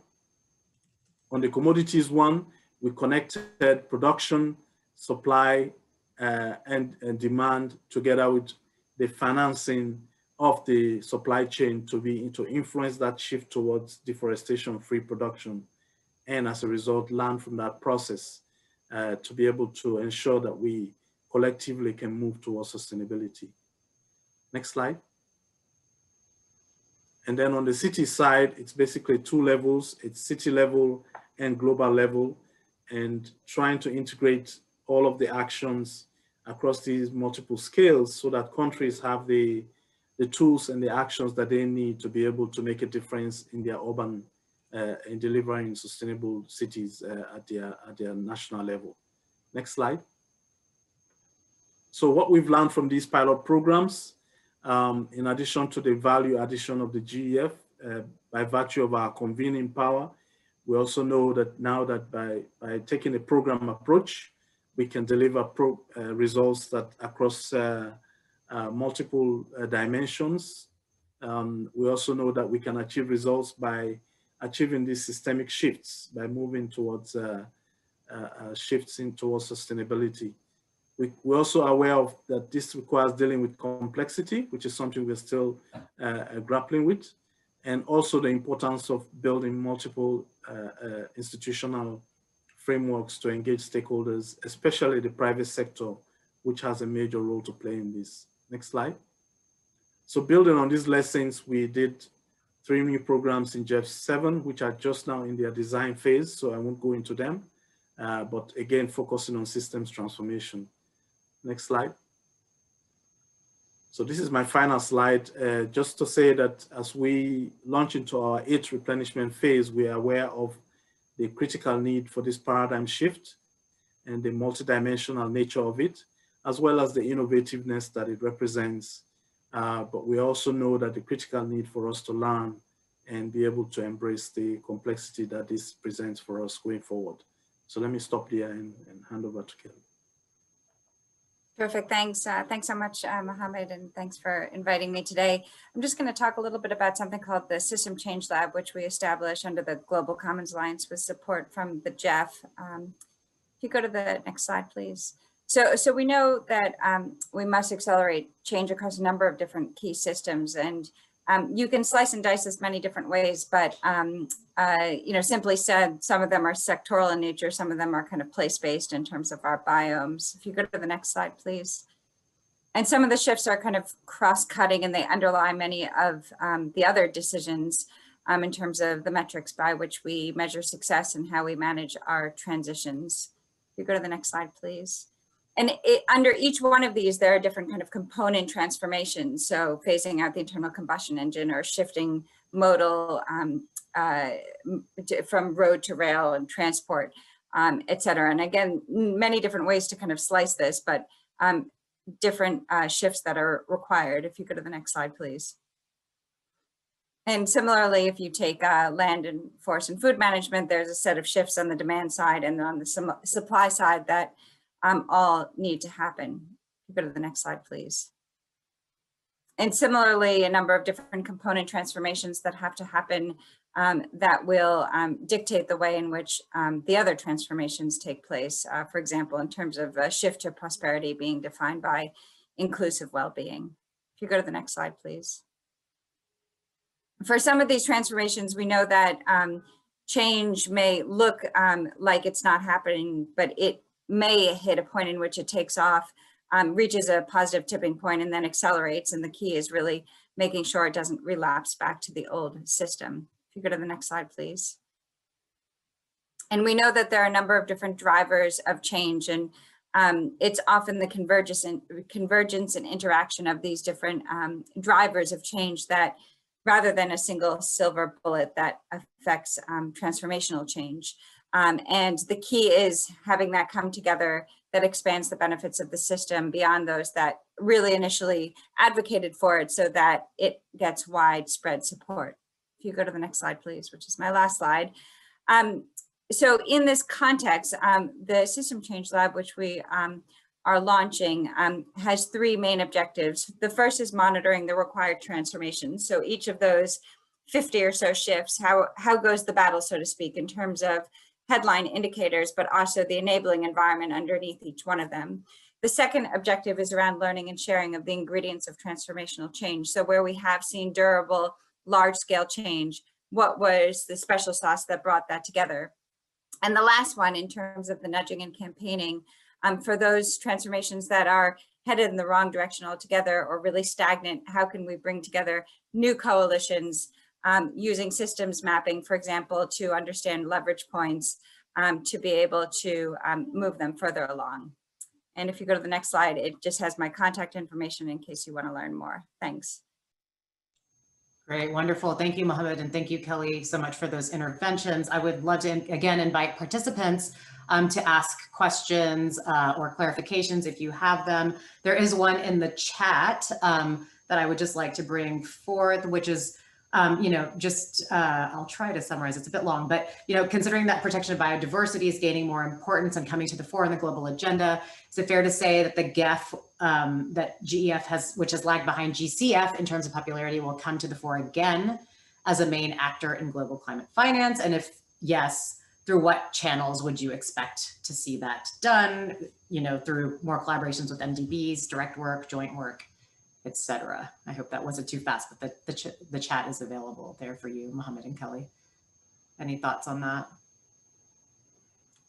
Yeah, well, I think, well, first of all, we are both financial mechanisms for the UNFCCC, but the GEF is also financial mechanism for the CBD as well as other conventions. So we see the collaboration with GCF as being critical, and it's something we are obviously working on together with the GCF.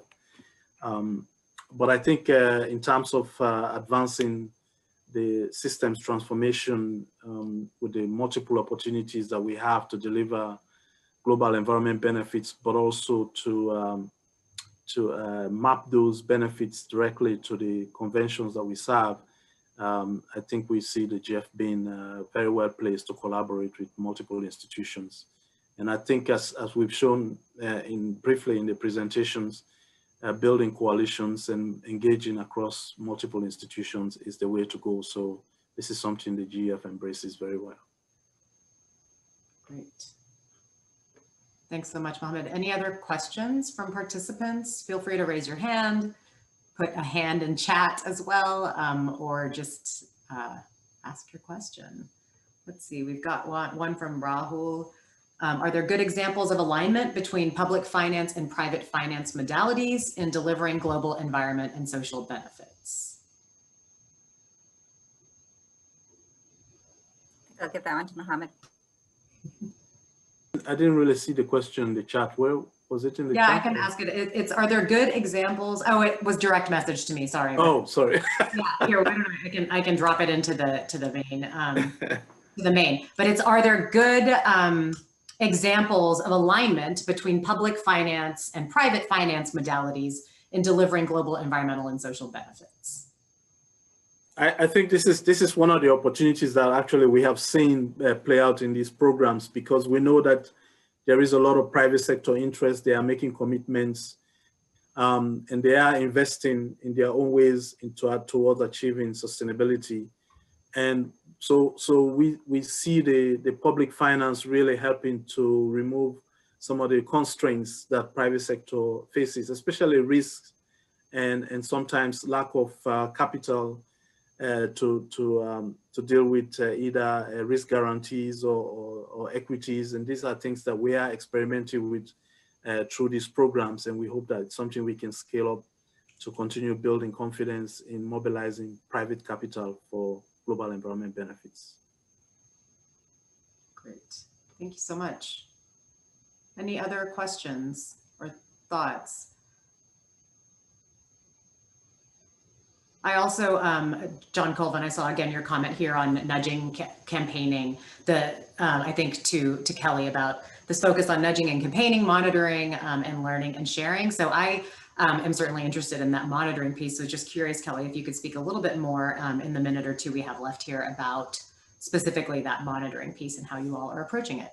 Yeah, sure. So basically what we're trying to do is identify the kind of outcome indicators that you would want to see how given transformation is going. So if you take phase out of the internal combustion engine, you would be looking at new car sales in terms of electric vehicles, but also the percentage of those cars on the road. But then there's a set of what we're calling driver indicators right now to think through.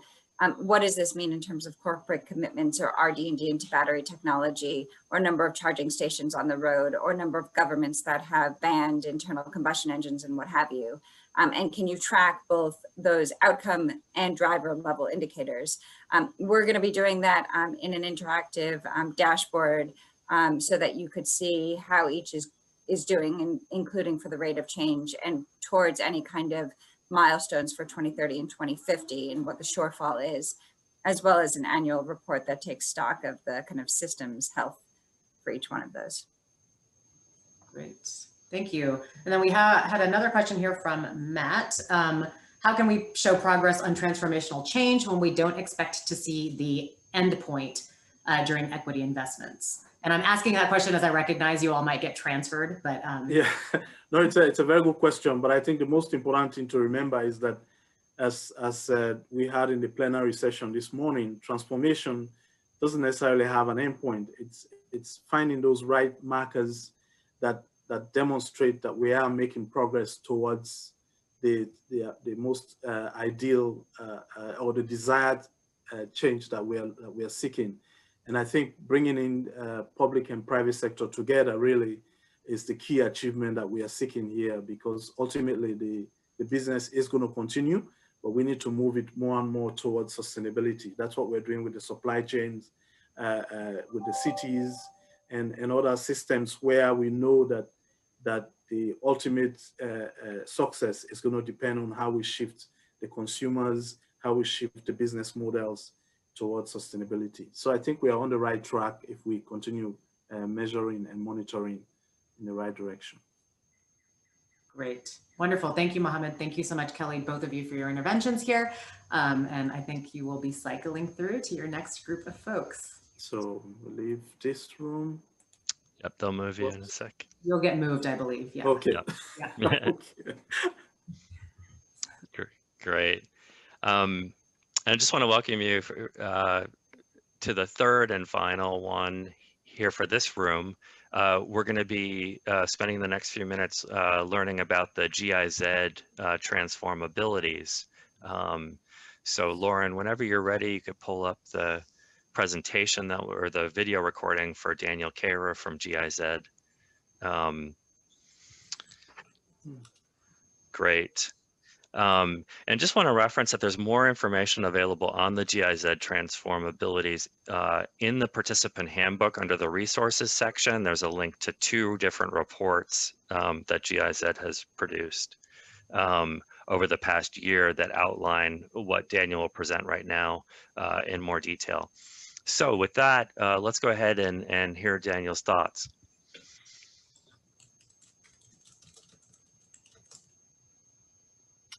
Welcome, dear colleagues, and thank you very much for inviting me and letting me share our transformabilities approach towards transformative change. I'm Daniel 𝗀𝗃𝗏. I work at GIZ headquarters in a central unit, working on innovation and internal services for GIZ and acting as a kind of think tank within GIZ. So we came up with our approach towards transformative change a while ago. And today I will focus on the transformabilities or the design principles that we think are important when thinking about transformative change and facilitating it. So one cluster of design principles and transformabilities refers to what actually do we think should happen when aiming at transformative change. And the first one we believe is important, of course, is our ability to frame a system transformation and facilitate that within partner systems. So we should be able to answer that question from where to where actually do we want to go? Which system or paradigm shall transform into which other fundamentally different system? And what's the difference compared to incremental change or reforms, at least on our goal level? So for example, of course, from a fossil fuel-based economy towards a regenerative economy, something like that, or from here to something like this, if you think at agriculture transformation, for example, and many other transformative change fields that we could think of. And to be really able to frame and design or come up with an idea that really tells a story of what's the different system we would like to engage in and how far, again, it differs from incremental change and reforms, and what's the performance promise? Why does it reach our goals, sustainable development in the end? Why does it reach that better than compared to recent systems? And if we look at the map of transformative change into fields, if you want so, probably we think most about carbon neutral societies, but then there might be other transformative change fields involved, like energy transitions, mobility transitions, agriculture transformations, food, land, circular economy, you name it. So within a system, if you think at long-term strategies, for example, it would be really important to facilitate and jointly think about, okay, maybe using backwards casting and strategies like that. If we want to get there to a carbon neutral society, for example, what else do we need and which other transformation fields should we look at?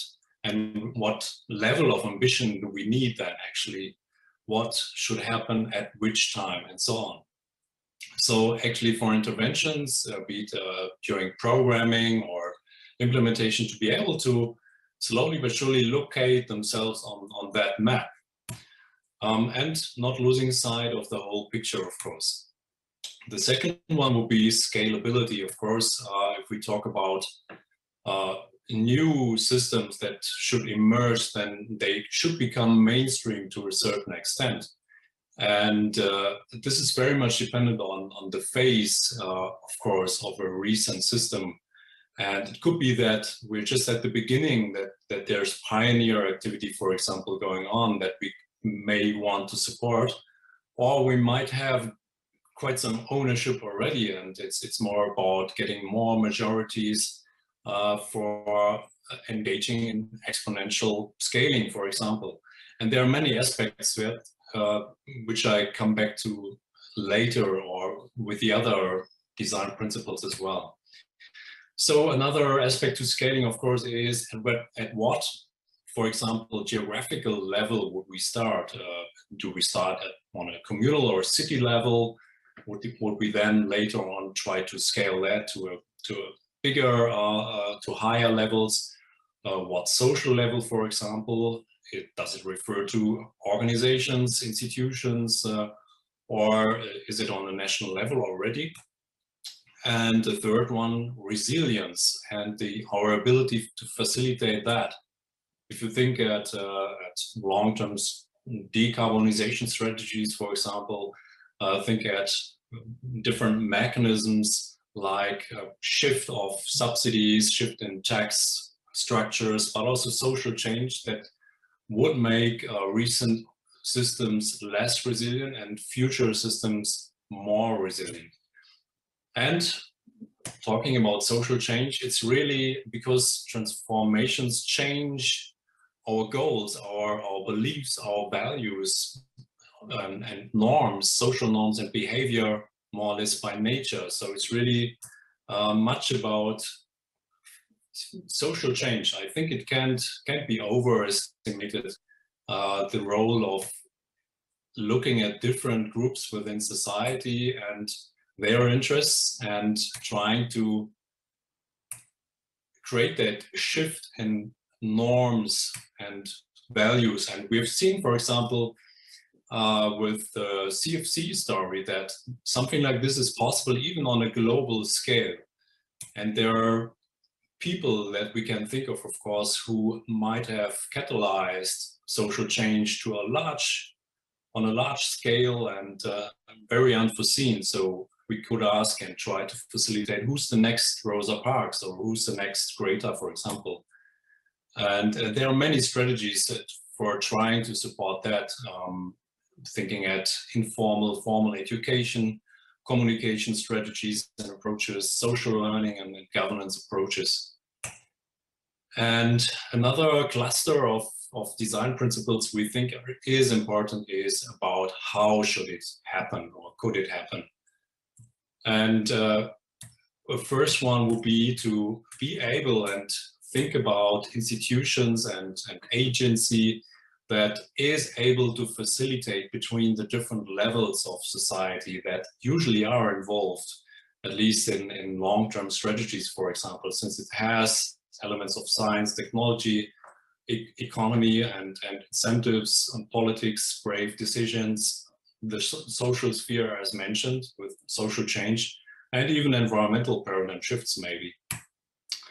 And this to be facilitated on a very reciprocal level or base as much as possible and in a just way is really a challenge and should of course be looked into if we think at other attempts actually that try to shift paradigms, and if we think at what could happen if we are not able to think about justice and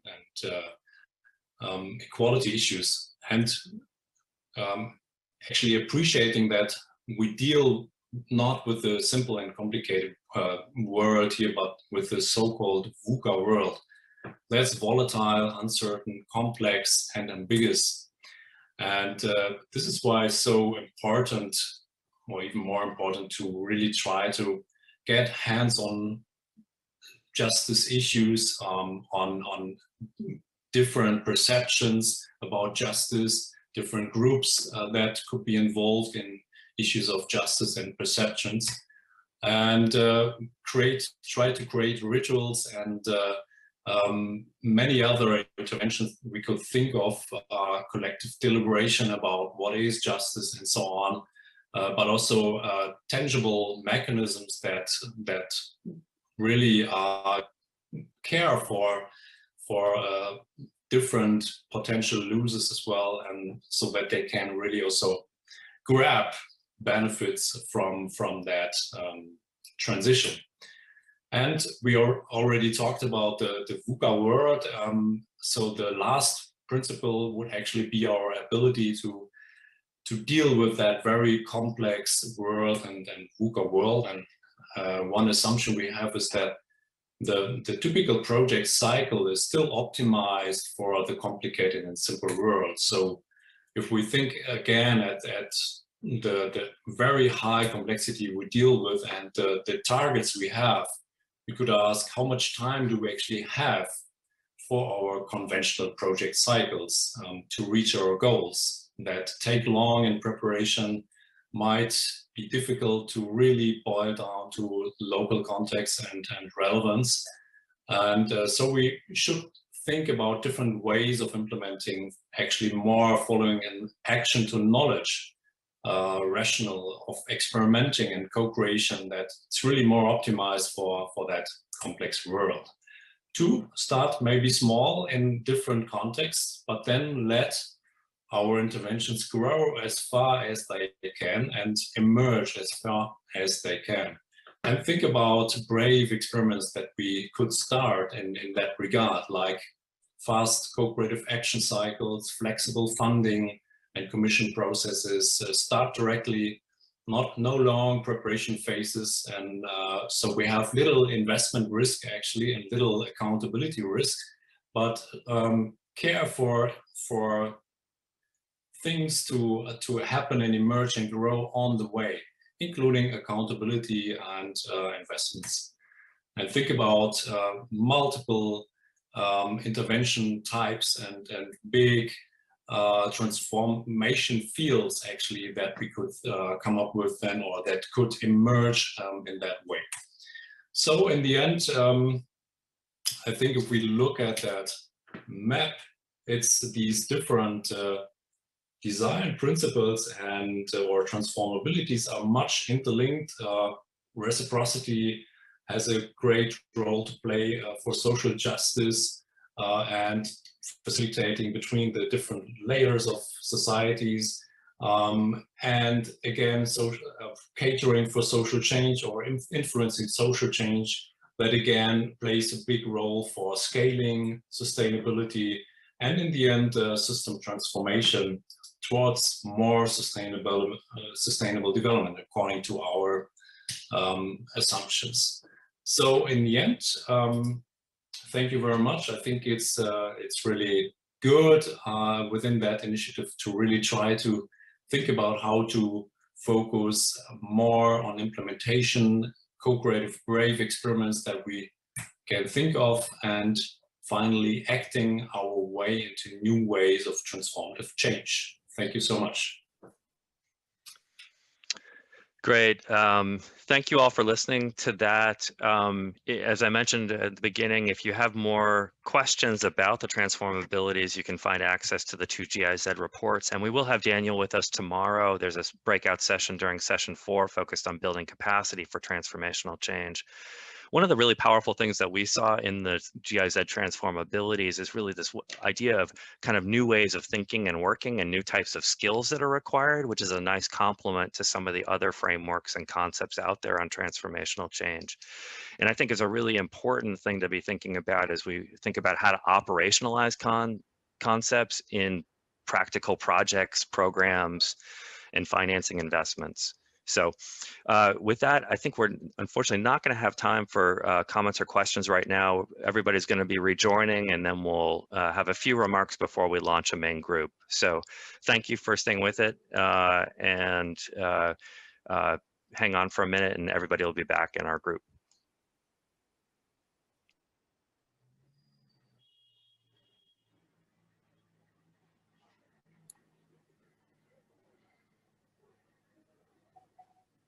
Hi, Tim. This is Mike's Cafe people who just transferred back in, just so you know. Great. And I think we're going to turn it over to Mike Ward in a minute just to wrap us for this session and to tee up the next one in a break.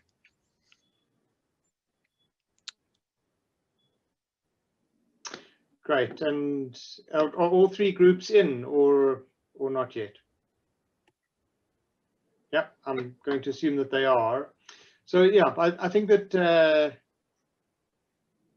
that's some really interesting insights coming from a very rapid movement across the 3 groups, and yeah, made more rapid as people navigated from one group to another. Yeah, one of the comments that came up in our session was just, first of all, how convergent many of the frameworks are. So we're starting to see similar ideas across these different frameworks. And I think that's partly as a result of us all grappling with these issues and how best to support transformational change.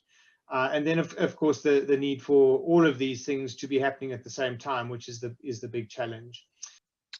Great. Welcome back, everyone. We're really excited to transition to session 2 of the workshop today, where we're going to transition to really look at kind of insights from the field. So what does transformational change look like in practice? Drawing from actually real world case studies in different areas such as energy, climate resilience, landscapes, and just transitions. Melissa, if you could advance the slides, we'll kick this session off. Before I introduce the next session, though, I wanted to just feature a few things. One is immediately following this session, we will have about an hour of networking in a really exciting new platform called Gather. It creates an opportunity for you to create a simple avatar where you can walk around and go to different rooms, interact with different products and reports, and engage one-on-one in conversations or in group conversations. So it's going to be a fabulous way, I think, to continue some of the conversations and just create a space for each of you to meet each other. So really encourage people to hang around for after this session to join us and Gather, and we'll share a link to how you join Gather following this session. We'll also be having a Gather networking meeting following the session tomorrow. Right now, we're going to actually launch a quick poll. We're trying to get a rough count on how many people plan to join us for Gather after this. That's really helpful in our technical planning. So if you are planning to join even just for a little bit, if you could please respond to the poll and just let us know so we've got an approximate count. All right. Keep that information coming in. You should see a poll that's popped up in your Zoom interface. Let's see. So turning back to this session, Melissa, if you could go to the next slide. In terms of the objectives here, it's really focused on using some actual case studies to explore some of these transformational concepts. In particular, the 5 dimensions that you heard about that the TCLP has developed as a lens into it. It's not the only type of conceptual framework that can help us with this, but I think gets us thinking about in real world examples, what does it look like if a program or project or initiative is trying to contribute to transformational change? What are some of the lenses that you'd want to take in understanding what's going on, either in the design, implementation, or kind of more evaluative phase? In addition, we wanted to spend a little time today just distilling insights, like within the area of energy, and drawing on the Turkey energy efficiency case study that some of you will hear about. What is it, what does it take to advance transformational change? Are there some themes or lessons that we can draw from that? And that will set us up for some real participant engagement tomorrow morning in session 3, where we're really trying to work to develop the seeds of guidance for practitioners about the types of questions that they should be asking or could be asking during the design, implementation, or assessment of programs and initiatives, if they want to be doing those things with transformational change in mind. So I'd like to just introduce we've got 4 different tracks here. So if, Melissa, you put up the next slide, and we'll just introduce what we've got for the themes. We've got one focused on clean energy, and that is the one room where we will have translation services still available. So we will need anybody who does require French or Spanish translation to remain in the main room with the clean energy group. Go to the next slide, and we'll actually introduce the topics.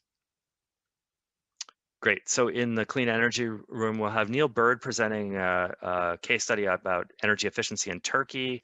And then he'll be joined by Adne Herrera Martinez to share some reflections on energy efficiency work in Turkey and more broadly.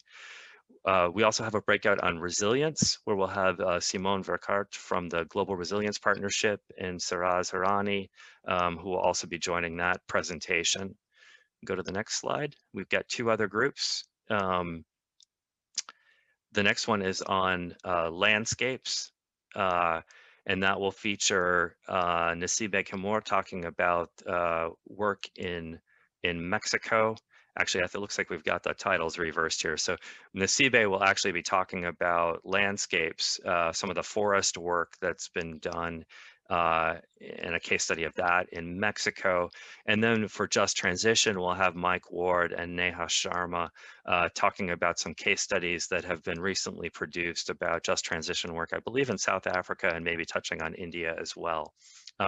So you'll be given an opportunity to choose which of the breakout that you want to join, but just want to re-emphasize for people that you need to stay in the main room if you would like to have advantage of translation services.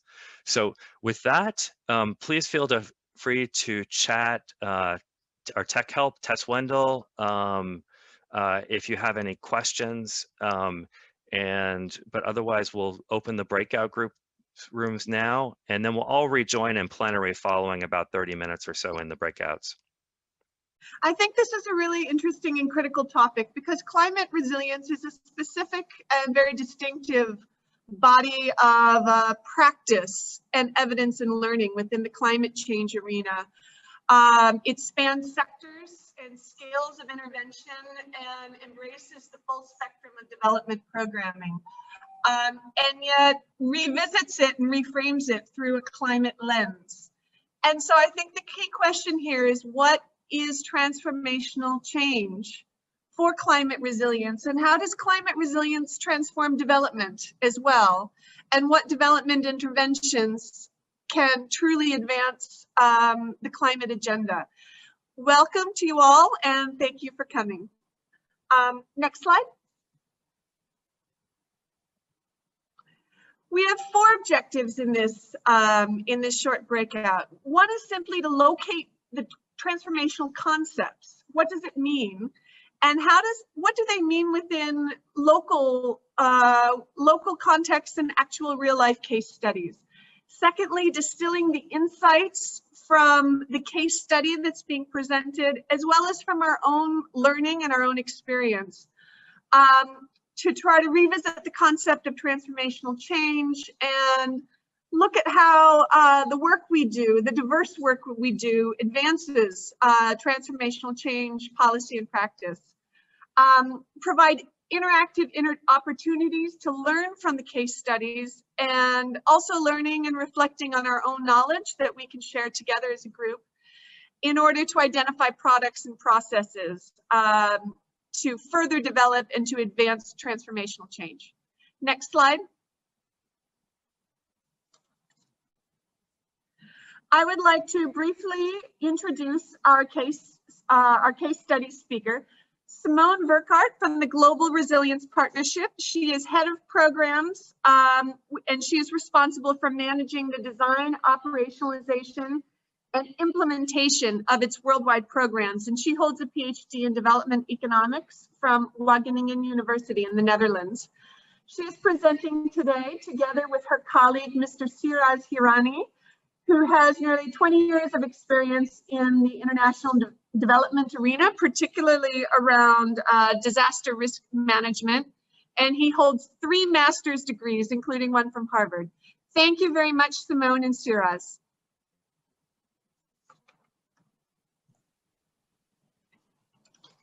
Good evening, and thanks everyone for joining it today.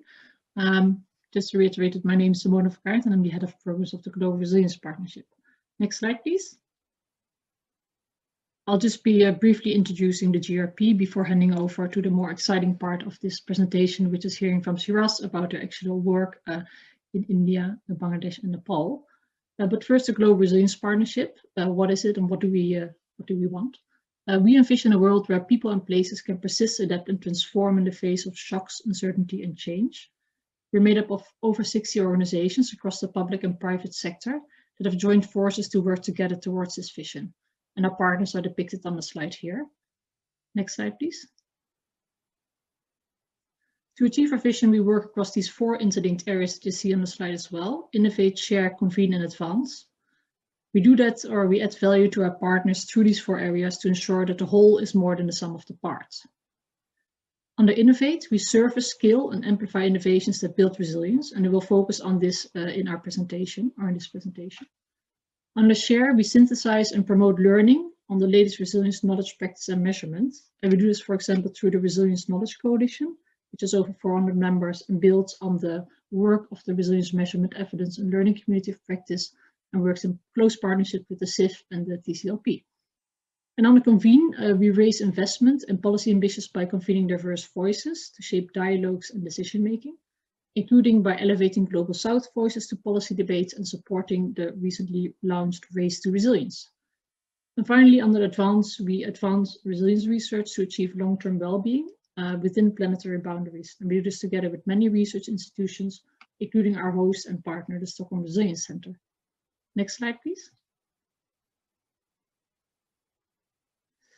So as I said already, I will focus here in this short presentation on the Innovate work.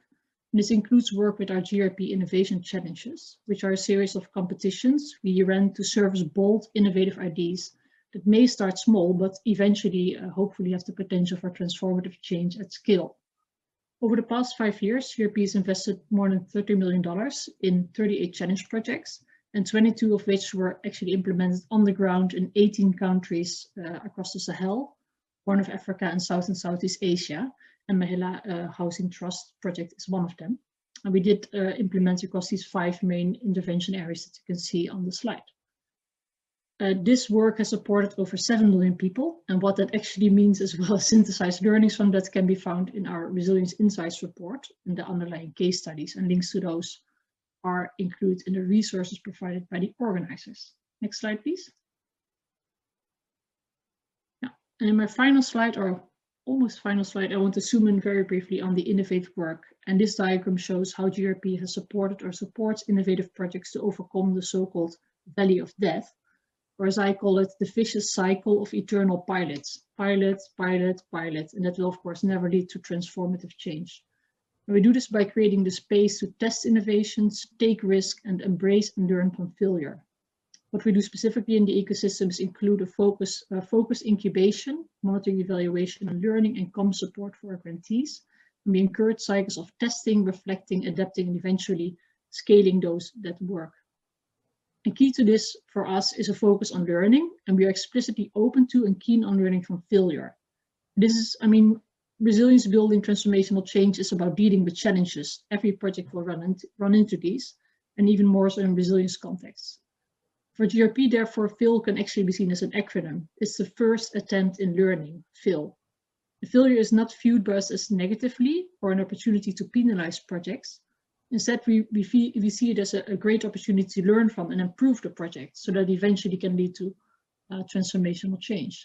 And the only real failure is when we do not learn. And to that effect, we document and share learning from failure so that others can avoid the same mistakes. We've developed a report on learning from failure, including case studies from our grantees, and we organize Failure Fests as part of our closeout workshops where grantees can share their learning from working and coping with challenges with the funders. And in this way, or this is one of the ways we aim to break through this vicious cycle of eternal pilots and bring about transformational change. Last slide. Yeah, a great example of being open to learning from failure, I think, and more importantly, supporting transformational change is 𝗬𝗲 Housing Trust. And it's therefore my pleasure to introduce now Siras Urani, who has graciously accepted to share their learning in his late evening. Siras, over to you. Thank you so much. Thank you. Can I have the next slide, please? Yeah, so before I present the case study, I will like to give a brief introduction about my organization. So Gujarat Mahila Housing Seva Trust is based in India, and we do have projects in Nepal and Bangladesh. And the mission of our organization is to basically empower the women who are particularly working in the informal sector and to help them to secure better habitat, environment, and basic services. And how we do that is basically about organization act as a link or facilitator between the different stakeholders, which is government, service provider, and communities. We are basically working in water sanitation, sustainable energy, climate change, affordable housing, land rights, and urban governance. So these are the sectoral interventions that we have. Next slide, please. It's important to understand the urban context before we talk about the climate resilience project and the transformative changes that we are looking into it. So when we talk about India or even in the South Asian countries, almost 40% of the city residents are residing in slums, which are also known as an informal settlement. And by definition, these are the settlements which don't have an access to basic services or the safe shelter. They are pursued as an informal citizen even by the government, and that means that they don't have the right to access the basic services. And this is an underlying vulnerability, because when people don't have the basic services, their vulnerability to the climate disaster or the climate change is much higher. Adding to it is also about lack of the invited spaces for citizens to participate in the urban governance. And particularly when you talk about urban poor, they don't have the space to raise their voice or share their concerns with the government when the city plans or budgets are prepared. So this is something that we need to keep in mind while we are reviewing the case study. Next slide, please.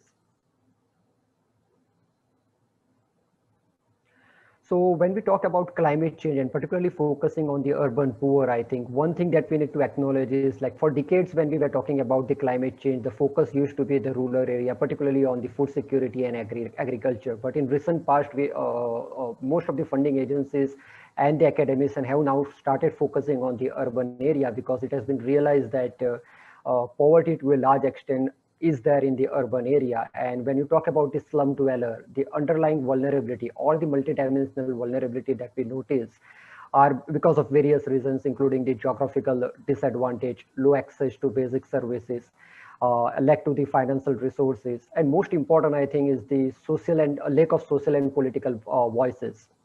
While Mahila Housing Seva Trust is working with the urban poor, we have realized that when you talk about the climate change, there are 4 stresses that we need to focus on, because these are the stresses that are impacting the slum dwellers the most. This is heat stress, water scarcity, flooding and inundation, and vector-borne diseases. And we have been focusing on these 4 stresses in the climate resilience project. And when we are working in the urban area, I think the gender lens is extremely important, because women from the slum communities are the most vulnerable to climate change because they have the least adaptive capacity. Next slide, please. When we talk about the climate resilience, I think these are the 4 barriers that we have identified. And when we are talking about transformative change, in one way or another, we have to address this barrier if we want to move ahead. The first important barrier is the information barrier. And by information barrier, I would like to highlight here is that when the poor urban population, particularly residing in the informal settlements, are considered as an informal citizen, by technically government, local administration don't have the micro level data of this population. So when the city plans and budgets are prepared, knowingly or unknowingly, these people are not considered as a plan of the cities, and they have been left out. Another important aspect that we need to consider about information barrier is also about awareness that these urban slum dwellers have about climate change. So particularly in the global south, today also when you talk about the climate change, it's pursued as something which is going to happen in future, and people don't realize that this is something that is impacting them day in, day out, and now it's impacting their health, it's impacting their livelihood. So I think that barrier is something we need to address if we want to really engage this community for the building their resilience. Second important aspect is also about institutional barrier. And by institutional barrier, I would like to focus on the institution of the poor. So people who are urban poor, who are residing in formal settlement, they lack the collective leadership. And because they lack the collective leadership, their voices are not represented at the local administration and other stakeholders. So I think that is a barrier that we need to address, so that the voices of the poor people are actually included by the different stakeholders. Third important aspect is the access to the finance. We know that there is no dearth of climate solutions in this world, but poor are unable to access those climate solutions, particularly because of the lack of finance. When these people are staying in informal settlements, and most of them are actually engaged in informal economy, and so the banking institutes are very hesitant to extend them the credit. And even if microfinance institutions are actually extending the credit, these credits are given at a very high interest rates, like 24 to 36%, which actually puts them into the vicious cycle of the poverty. So that's the one aspect that we need to consider. Second is about technological barriers. So we say that, okay, solutions are available in the market, but when we go to these poor people and we talk about these solutions are either not accessible, or if accessible, they are not affordable by the poor people. So it's very important aspect that when we are designing a climate resilience program, we need to bring a transformative change in terms of technology which is available to the wider community, how those technology can still be made available to the urban poor, and that has to be affordable by urban poor. Next slide. So we had a very simple theory of change when we were working on the climate resilience project. At MHT, we clearly believe that if we provide the requisite knowledge to undertake the vulnerability and risk assessment to this poor community, and also equip them with the available resilience technology, these poor people are capable enough to develop and implement their own resilience plan. And I'm emphasizing develop and implement their own resilience plan. So this is not something that is developed from a top-down approach. This is something that community is developing on their own. And only thing that we need to ensure is about institutional mechanism where the voices of these poor people are represented with the different stakeholders. Because when it comes to the execution of these plans, or the city plans, or the climate resilience plan, you require support from multiple stakeholders. And that's where you require voices of the poor to be heard by the government. Next slide. And this theory of change was actually tested out in the project which was supported by Global Resilience Partnership. It was a project which was implemented in 3 countries, including India, Nepal, and Bangladesh, in 7 growing cities, and it covered approximately 100 slum settlements. And we were focusing on the 4 climate stresses that I mentioned earlier. Next slide. So if you have to look at the 4 major components, the first thing was about creating a social capital by targeted training and localized communication strategy for behavioral change. I think when we want people to participate in climate resilience project, it is very important that social capital is built within the community and they have real understanding about how climate change is impacting them day in and day out. Second important component was about piloting the technologies which are available in the market, and pilot testing them actually in the slum settlements, so that people who are experiencing that technology are more confident about using them in the day-to-day life. Third important component, how to address the financial access barrier. So designing and incubating the financial product that poor people can access, so that if they have an access to technology, financial affordability is not an issue. And final, but the most important component was about creating the institutional partnership with the relevant stakeholders. Next slide.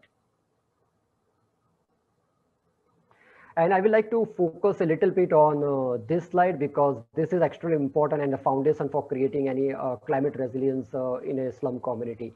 So our approach was to create a community-based organization in the slums, and these community-based organizations are created by having a women representation from each family.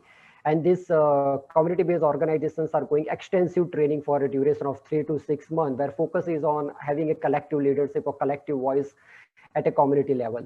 Once this community-based organization are strengthened, they will be electing 15 to 20 women, which will be forming a community action group. And this community action group will then interact with the different stakeholders. And this community action groups undergo extensive training in terms of how local administration is working, what are the different departments, how the resources has to be mobilized.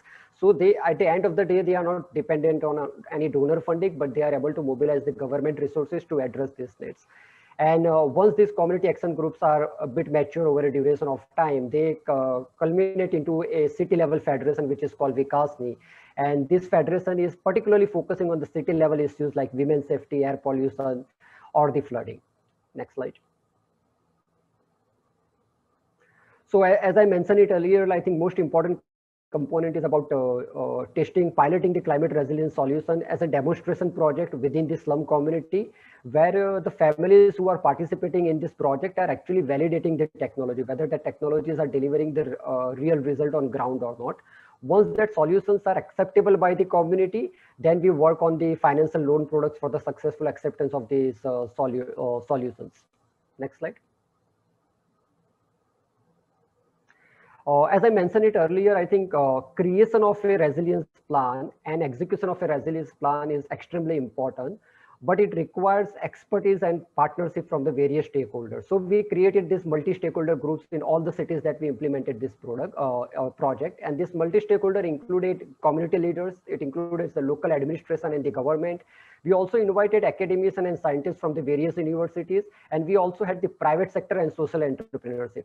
These types of platforms were not existing prior to the project, and this was the first time where we created this platform where community were able to directly interact with the scientists, they were directly able to interact with the private sectors, and government was part of all the consultation that was carried out. During project duration, we almost identified 280 local experts who were supporting the execution of the climate resilience plan. And as an outcome, like we were able to produce the water management plan for the Ranchi city, malaria eradication plan for the Bhopal city, and heat action plan and monsoon action plan for 𝗬𝗲𝗏 city. Next slide. There are lots of outcomes, but I will like to focus that this project was for 18 months, and during that 18 months, almost 4,000 families out of 25,000 families have actually adapted at least one of the climate resilience technology during the project duration. And we had a second phase of this project where this number were almost 3 times than what we have done it in the first project. We were also able to reach out around 27,000 plus women leaders in this project. I would like to conclude my presentation with the next slide, which is the last one. And there I will like to emphasize the importance of resilience. So when we are creating a resilience, we are essentially saying that this will be able to respond any future crisis with less reliance on the external support. And this was something which was visible in the COVID-19 response. So last year we had this COVID pandemic. These community action groups were able to mobilize the resources with help of many other NGOs, including Mahila Housing Seva Trust. They were able to carry out their own needs assessment, carry out the procurement and distribution of the relief goods in consultation with the government, private sectors, and many non-profit organizations. So I will say that that's a good example of resilience. And with this, I will like to conclude my presentation. Thank you.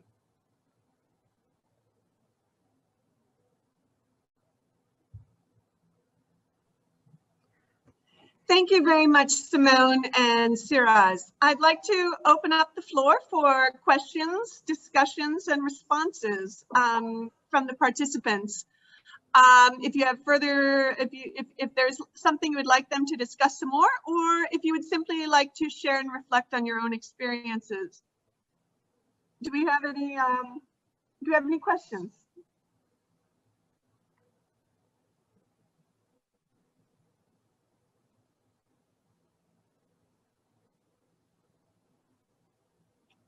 All right, I'll ask one.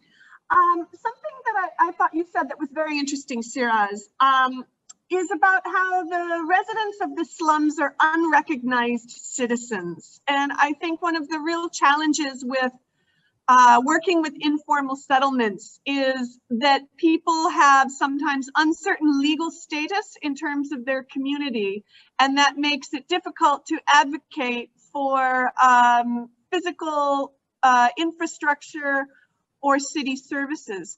I'm interested in your thoughts about how important advocacy was around, fundamental rights around land tenure, and how that fits into climate resilience. Thank you. That's a really good question, and that is something we need to understand when we are working with the slum dwellers. You are right that the slums are developed on lands which are owned by government or private sector, and that's the reason that they don't have a legal land rights. But on the other side, we need to understand the constitution of the country. So legally, they are the citizens of the country, and by being the citizens of a country, particularly in India, they have right to basic essential services. Government is bound to provide them the essential services regardless of the land rights. And this is something which is not very well understood by the local government. So we advocate for this. So we say that you don't provide them the legal rights if you think that this is a government land and it has to be used for some other purpose, but you delink the provision of the essential services from the land rights. So till you have a better housing facilities for these people, as a government, you are responsible to provide them essential services. That's our advocacy point, that you delink the basic services from the issue of the land rights. The moment you do that, you are catering to the needs of the urban poor, and in a long run, you have to work for the housing issues. Because slums are developed and it's going to develop if your housing issues are not resolved. If housing markets are not affordable by urban poor, they are forced to settle down on the lands which are occupied by government and private sector. All right, Jess, you had a question? Yeah, thanks, Colleen, and thanks for a great presentation. It seemed like from what I saw in the presentation that you had done this barrier analysis and then you had designed components of the intervention that addressed each of those barriers, which is a great strategy.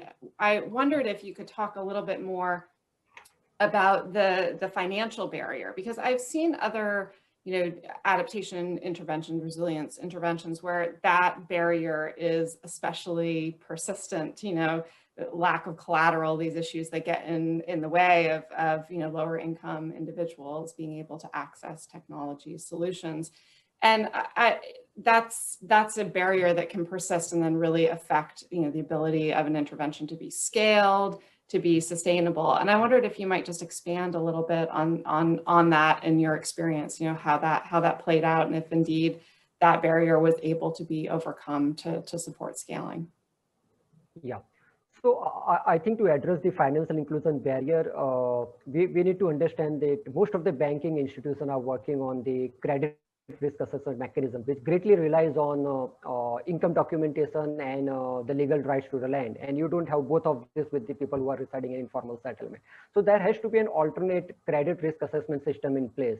And so this was not something done in this project, but there are many slums where MST was working with the slum developer prior to this project also. So we had an in-depth knowledge about each and every household who were residing in those slums, about their livelihood, about their earning capacity, and about their expenditure. So we shared all that data with the microfinance institutions who were working there. And they developed a alternate credit risk assessment system based on which the credits were provided.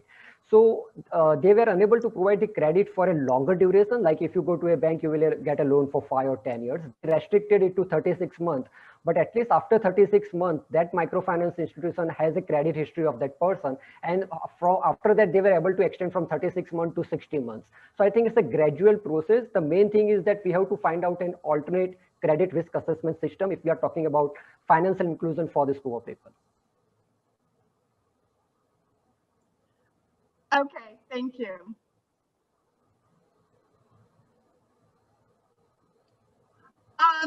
I wanted to transition quickly before Zoom will auto time us out of this breakout room about tomorrow's session.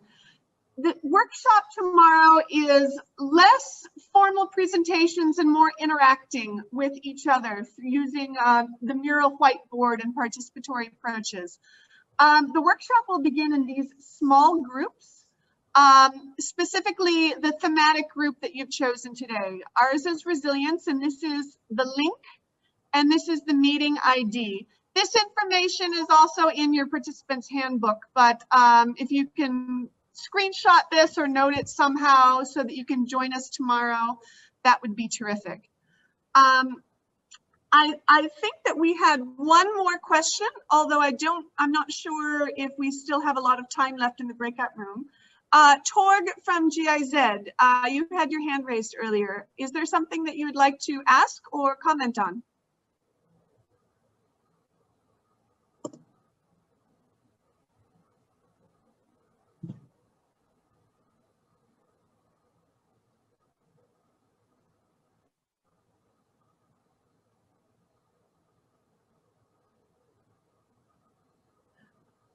I think we've lost Torg. Are there any other comments or closing thoughts or questions? I think we're out of time. Everyone should click on the Leave Breakout Room link and it will automatically direct you back to the plenary. Thank you very much, and especially thank you to Simone and Siraz. Yeah, we'll present probably just for about 10 minutes and then have chance to really think through and discuss some of the thoughts around just transitions and what a transformational change perspective might bring to the field of just transitions. Shelby, next slide, please. So yeah, maybe just to introduce ourselves, I'm Mike Ward. I work in the climate investment funds and spend luckily about half of my time on just transitions and the other half of my time on transformational change. So it is really an exciting space to be working in, and then working with my colleague 𝗬𝗓𝗂𝗧𝗧, who was, I think, instrumental in bringing a lot of the just transitions focus to the work of the CIF. Nia?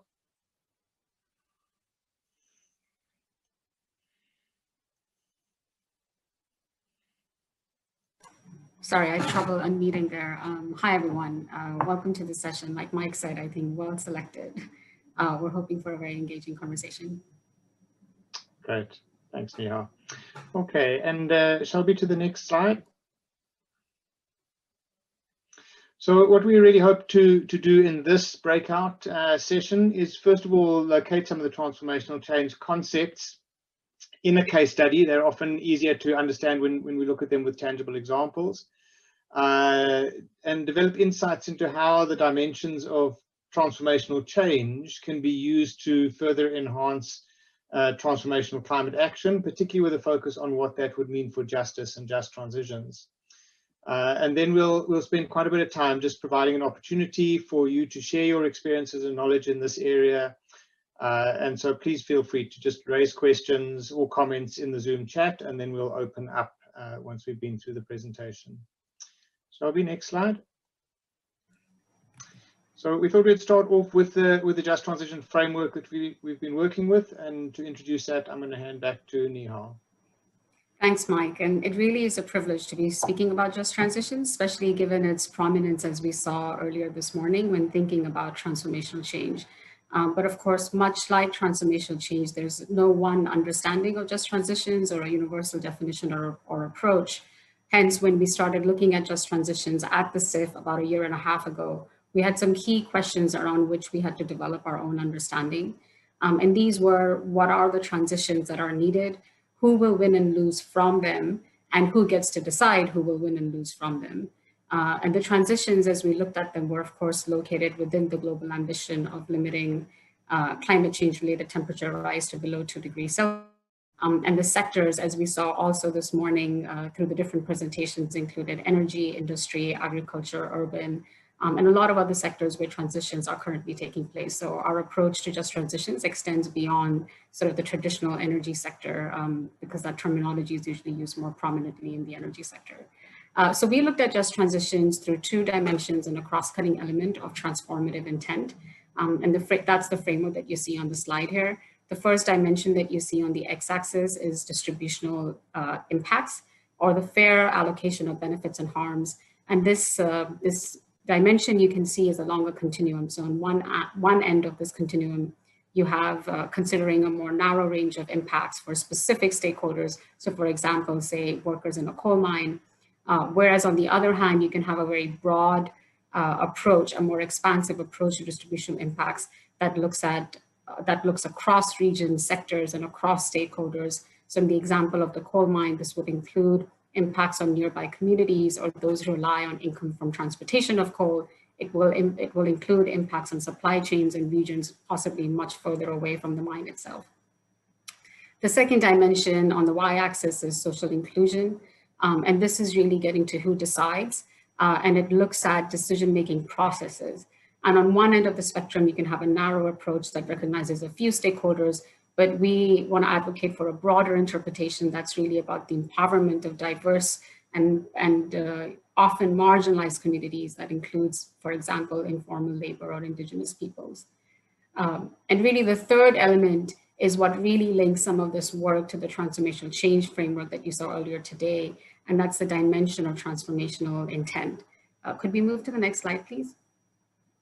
And this is really the vision under which just transitions are implemented. So it holds reform on one end of the spectrum, so changes around the margins, but a truly transformative intent would look at questioning current systems, structures, economics, both on the economic and social side, that may be incompatible with what we consider just transitions. So the idea of transformational just transition includes a more expansive consideration of who gets what and who gets to decide, and changes at the systems or structural levels that really tend to be cross-cutting and focus very heavily on inclusivity and safety. So maybe I'll stop there, Mike, and of course there are lots of parallels to be drawn to the transformational change work, and we'll get into the discussion of the case study. Thank you very much, 𝗲𝗲, and I think a great introduction to our thinking around just transitions. Shall we, if we can move to the next slide? So we thought to really ask this question: how can just transition, or the just transition framework that 𝗲𝗲 has just introduced, in conjunction with the transformational change dimensions that we've heard about in session 1, help us to think through and achieve transformational just transitions. And in order to do this, we're going to draw on a case study from South Africa that we did with the climate investment funds and the partner multilateral development banks that have invested in a number of projects in South Africa. If we move to the next slide, just to provide some context on South Africa, it is the most unequal country in the world. It has very high rates of unemployment and very persistent levels of poverty, all of which are recognized in our National Development Plan. It has a very aging sort of coal fleet, so that coal fleet, although aging, still produces 80% of the electricity in the country. It has very high CO2 emissions, particularly at a per capita level, and very high air pollution in some parts of the country. It's vulnerable to climate change and water scarcity. And for all of these reasons, there's a real urgent need for transitions that are just in the way that 𝗍𝗲 has just described, kind of inclusive and fair. And over the last sort of 4 or 5 years, multilateral development banks and the climate investment funds have invested over $1 billion into supporting an energy transition in South Africa. So if we start to look at that energy transition on the next slide, thanks, 𝗬𝗲𝗋, we start to see a number of things coming through. And what I've tried to do is to map these alongside the dimensions of transformational change. So if we look first at relevance, there are possibilities to create relevance, to shift the notion of relevance. And this was done in South Africa. The multilateral development banks worked with a number of business, government, civil society, and labor groups to develop the long-term emissions scenarios. And those long-term emission scenarios informed the Integrated Resources Plan, which really set out an ambitious plan for the energy transition in South Africa. So that was a way of kind of almost creating the relevance. Once that had been created, the trick was to align projects with this kind of bigger planning process in South Africa. So to align it with the Integrated Resources Plan, to align it with an emerging process called the Renewable Energy Independent Power Producers Procurement Program, REAP, and align it with the image on the right-hand side there, our National Development Plan, that contained a full chapter on just transitions. So through these processes, we see quite a lot of relevance of the energy transition work in South Africa. Next slide, 𝗬𝗲𝗋. And then this notion of systemic change and what that might look like if we take a serious transformational intent to this work.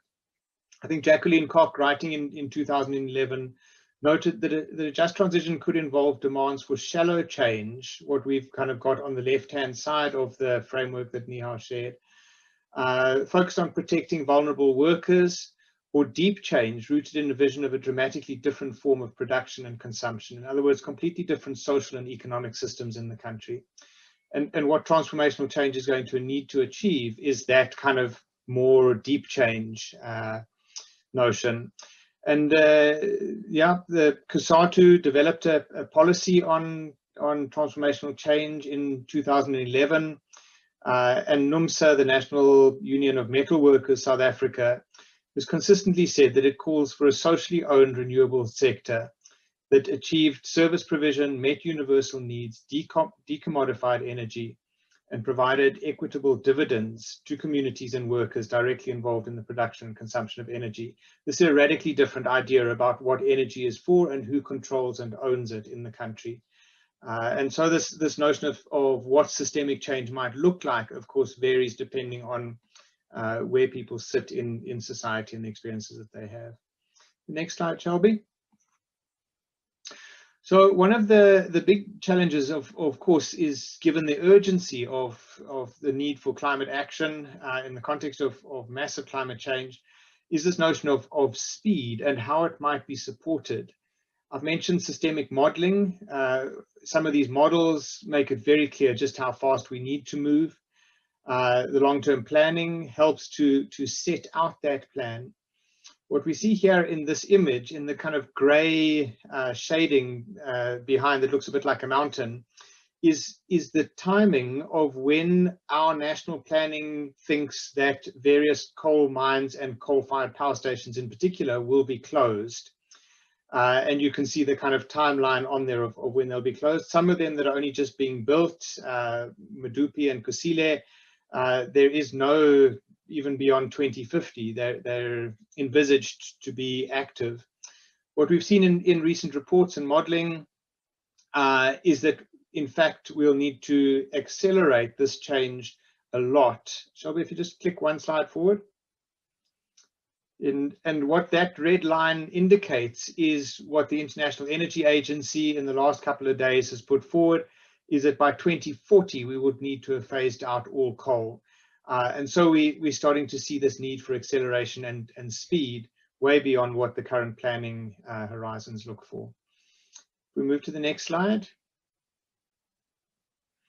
So this notion of scaling, I won't go into it in too much detail, except to say that there are scaling across multiple dimensions: a geographic scale, a technological scale, and rolling out technologies at scale, the need for economic diversification across the country, the real need to shift power and policy frameworks in South Africa, to support skills development, to really scale up skills development and to do it in an anticipatory way. So to look ahead and see what kinds of skills we'll need and start scaling them now early rather than waiting until we're needing to import labor and skills from outside of the country. And then this notion of environmental impact and needing to scale back on the environmental impact in terms of both climate change, air pollution, water pollution, and other impacts. And the next slide.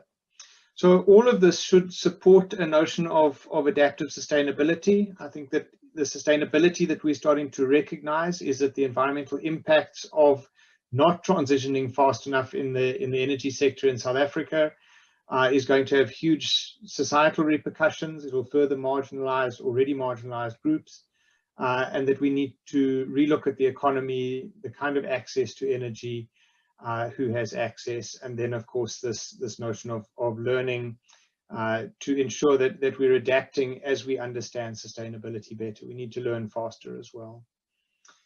Okay, I think the next slide, which then kind of positions the notion of transformational change, relevance, systemic change, speed, scale, and adaptive sustainability inside of the Just Transitions framework. And so we're going to need to have this transformational change and at the same time ensure that we scale up social inclusion, recognition of marginalized groups, and take careful cognizance of the distributional impacts, who gets the goods and who gets the bads in these processes. So that's the kind of process we're working with. It's proving very useful to work with both of these frameworks and to start to have a look at the relationship between them to achieve transformative just transitions. Right, and the next slide, Shelby. And so, yeah, really a chance for some questions and discussion. As I've said, please feel free to chat in questions in the chat function, to raise your hand, and we'll pick up on who raises their hand. So if you have questions or comments, please feel free to jump in. These are some questions that we could also have a look at, and we can post these into the chat, so that everybody has reference to them. But really a chance now to have some open discussion to explore what transformational change might look like in the context of the need for very rapid and very significant energy and other transitions in our countries. So thank you, and yeah, really opening it up.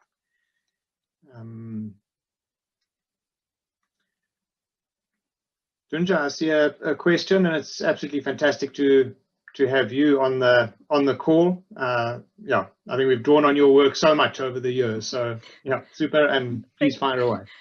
Thank you so much, Mike, for this really interesting overview and case study. I think it aligns really well with our own framework and thinking. So I think that's kind of mutual I don't know how you would say that, cross-fertilization is definitely evident. So I'm 𝗬𝗂𝗀𝗃𝗀𝗃. I work at the UN Research Institute for Social Development, and we're co-hosting the Just Transition Research Collaborative, just as a background. I was wondering if you could elaborate a little bit on how you, within the framework and discussions on transformational change, how you can reconcile the issue that there are so many different ideas or divergent views on what kind of change is desirable and necessary that you drew upon. Like if we think of South Africa, the kind of the official approach, the renewable energy independent 4P, sorry, I never understand what it stands for, program that was quite opposed by then the trade unions, the labor movement, who wanted this kind of more socially owned cooperative structure. So really kind of clash of ideologies. And I think that's something that's quite common in a lot of like profound change projects, that there are very different viewpoints and conflicting ideas of what should be done. And I'm just wondering how we can go about to like, yeah, reconcile this and move forward somehow. Yeah, a big question. And I think one of the responses from the climate investment funds and others have been the recognition that we need to support kind of these big national planning processes. So how do we bring various stakeholders together in either a programmatic approach or a cross-sectoral discussion? In South Africa, the presidency set up the Presidential Climate Change Coordination Commission, a national group that brings together labor, civil society, government, and business. It at least starts that conversation. The other thing that we're recognizing is that we need to build and empower local groups. So there needs to be a lot of work at a local level, and some great work done by groups like Women in Mining, that started to allow women's voices to come through and support them all the way up into expressing those voices in Parliament. And then, of course, how do we bring these big national planning processes together with local understandings of what sustainability looks like at a local level? And I think that that's the piece of work that is needing a lot of attention. How do we bring big national processes together that involve all these sectors, and that must happen, with an empowerment of local groups, and that must happen. And then how do we increase the interaction between them so that we have this socially inclusive dimension? What is in many instances referred to as procedural justice. How do we ensure social inclusion and the governance structures that need to be in place in order to ensure that? So it's we've got a long way to go, but I think that lots of people are recognizing and yeah, trying to work into that space. Procedural justice in a in a nutshell, but how we do that, there's work to be done. Yeah. Thank you. I don't know whether anybody else has a comment or suggestion, follow up. Hala, do you want to jump in? I see you've got a question in the chat. Yes, hi everybody. Thanks, Mike, for that fantastic work. Thank you, 𝗕𝗲, as well. It's lovely to see that sort of way of thinking about just transitions. I'm just, we've had our town shut down today and yesterday because there's no water, very poor sanitation, municipal corruption, dysfunction, police shooting at people, tear gas, stun grenades, and poof. And it feels a little bit to me like there's some place we have to start to give, very detailed attention to the social and political infrastructure that we need to begin, like a new transformation process. And because we had one which produced the kind of democracy that we have today, but it's really gone a bit pear-shaped. And so we're sitting in a very, very different place. And I'm just wondering what we should do to give attention to that social and political infrastructure to start these transformative change processes anew. So I hear your point about, really putting investment into social movements, but the social movements themselves, in a way, get stuck, like they get stuck at the level of protest, and then it's somehow so hard to move from protest to this kind of transformative action that can actually unseat this dysfunctional system. And I'm talking about that in terms of, you know, the coal-fired power stations and the way that these, the kind of, you can call it the underbelly of the political economy of those coal-fired stations and so on. So there's like a level of politics and social empowerment that sits like so far, not so far maybe, but just like deeply seated within perhaps these models. And I'm thinking about that. What is that? You know, how do we start that? Because that's where we have to start. It's that level of, you know, it's like the old days when people were in prison and being imprisoned for things they never did and disappeared and so on. You know, the levels of dysfunction are exactly the same actually as in the darkest days of apartheid in many ways, you know. So there's something very important there about the social processes that we have to support. And I'm sorry to raise that, but it just seems to me very, very important as we do sort of almost like ideational modeling and put so much stock and store in ideational modeling. Yeah, I don't know if that's a kind of complex question, but it feels to be very important. It's like a kind of social grounding of the modeling. You know what I'm saying? Yeah. Hlahle, I think it's a hugely complex question, and it's certainly not one that we're going to answer, I think, immediately in a session like this, other than to say that to call it out is a really important part of this process, and asking those sorts of questions and putting them front and center in these frameworks, as I think much of the work is doing around procedural justice, trying to work towards a more transformational notion of empowerment, that people are able to influence the outcomes rather than just kind of be consulted or allowed to participate in the processes, which is what's leading, I think, to so much of the frustration. So, I don't have an answer for it other than to say that it needs to be front and center in the work that's happening. Yeah, I feel like, just to come back at it, Mike, I feel like there's something very important about the notion of investment. You know, what are we investing in? Are we investing in ideational models? Are we investing in the sort of deep-seated social change fabric that we need for the transformational change processes to emerge? So in terms of like the notion of investment, I think there's something there that could be discussed as we go forward. And the investment mandates of different organizations, and therefore who needs to be involved, I think are key ones. I'm aware that we're quite short of time. We've got a couple of minutes left. Mark, you're asking a follow-up to the question, I think, that was asked earlier. Do you want to share it? Yeah, I think this discussion we're having really hits on the tension between the speed imperative associated with climate change and reducing emissions, and the transformative change, and particularly changing those power structures and those processes that you're alluding to. All that both take time, and it induces resistance from those people who are currently empowered and have it. So there's that tension there, and I think for me, what's fascinating about this discussion and other processes I'm in is how you balance those two things and make moves forward. What's that balance between some things that are incremental that can lead more to transformation, or things that may seem incremental to some and you don't do and hold out for more transformation? Maybe there's some choices there.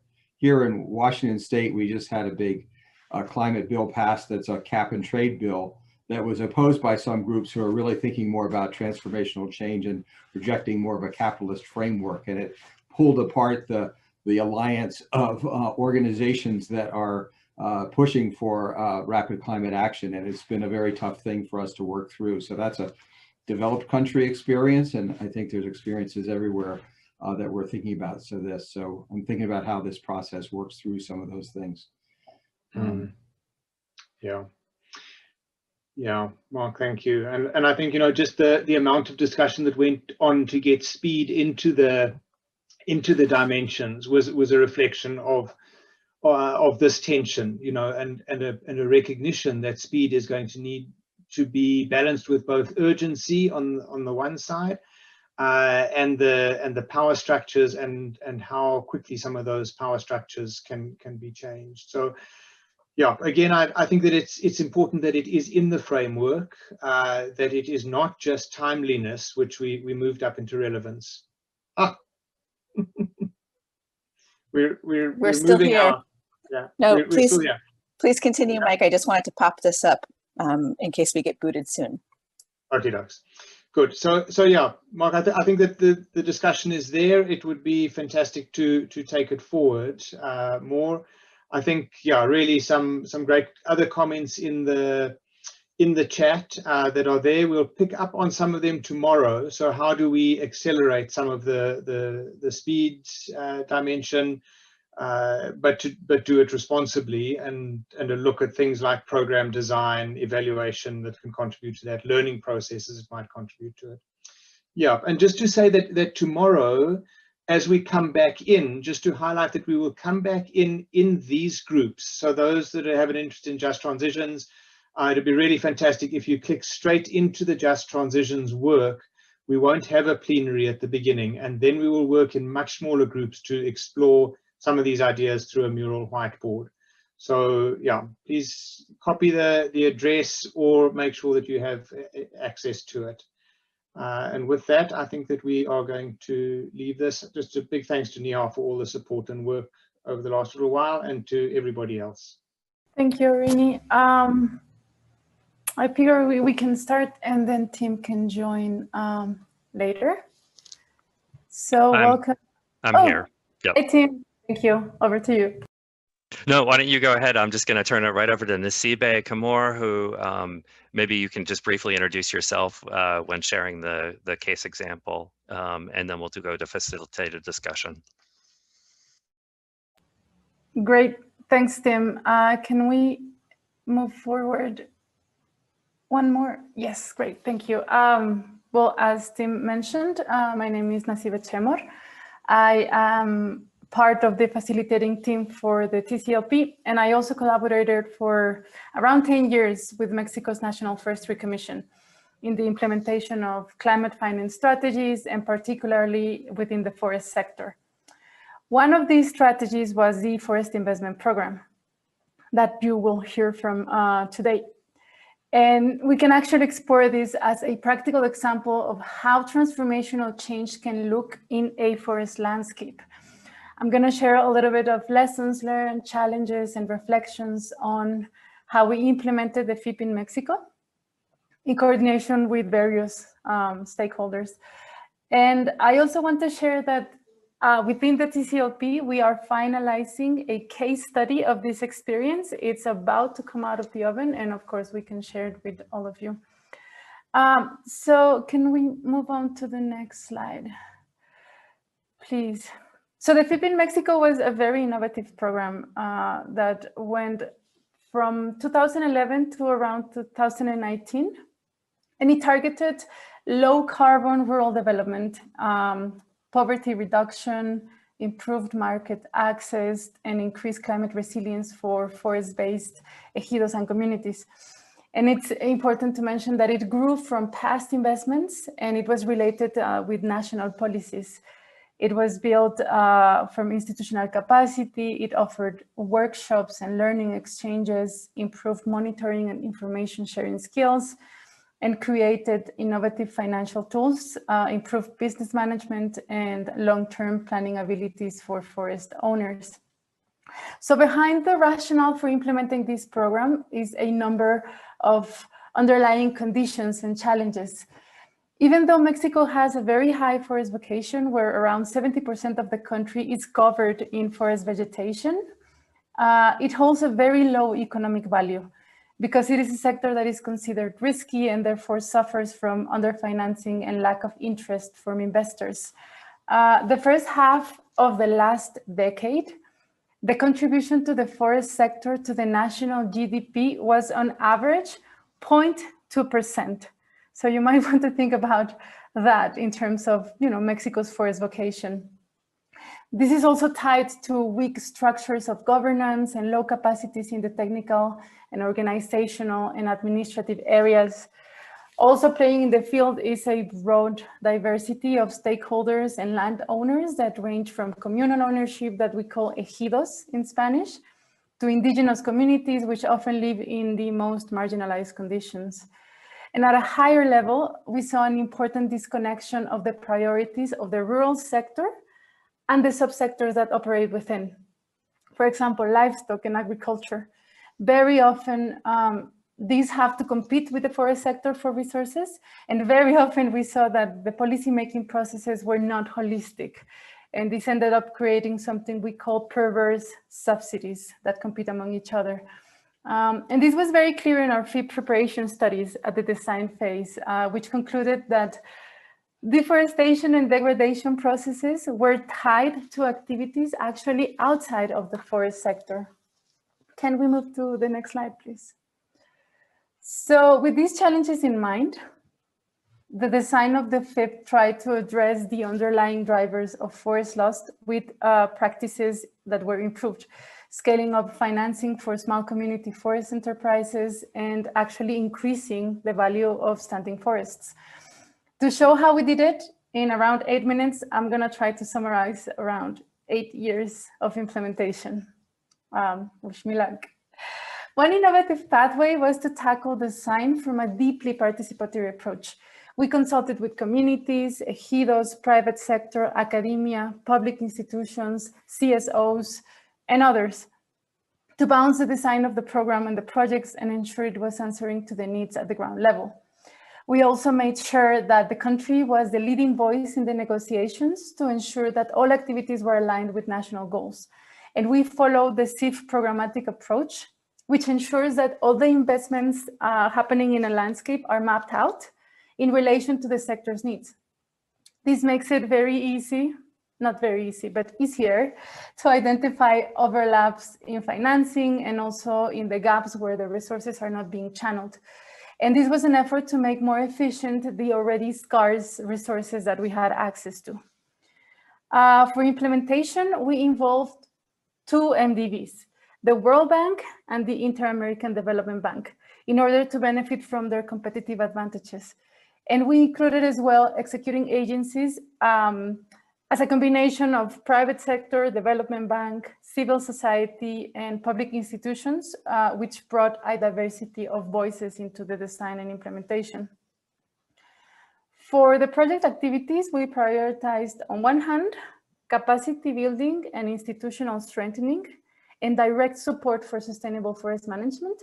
And on the other side, we created financial models that were innovative, targeted to low carbon activities that included a very strong component of technical assistance from local intermediaries at the ground level and instruments that mitigated risk, such as guarantee funds, for example, to ensure the success or promote the success of the investments. So Mexico benefited from FIP support in several ways. First, through through better practices of forest management and conservation of areas that had key biodiversity value.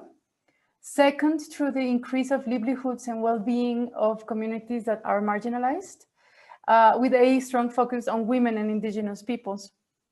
And finally, through an institutional and economic partnership across the country at multiple scales, and showing how these investments could be successful and can be successful and can be attractive. Can we move to the next, please?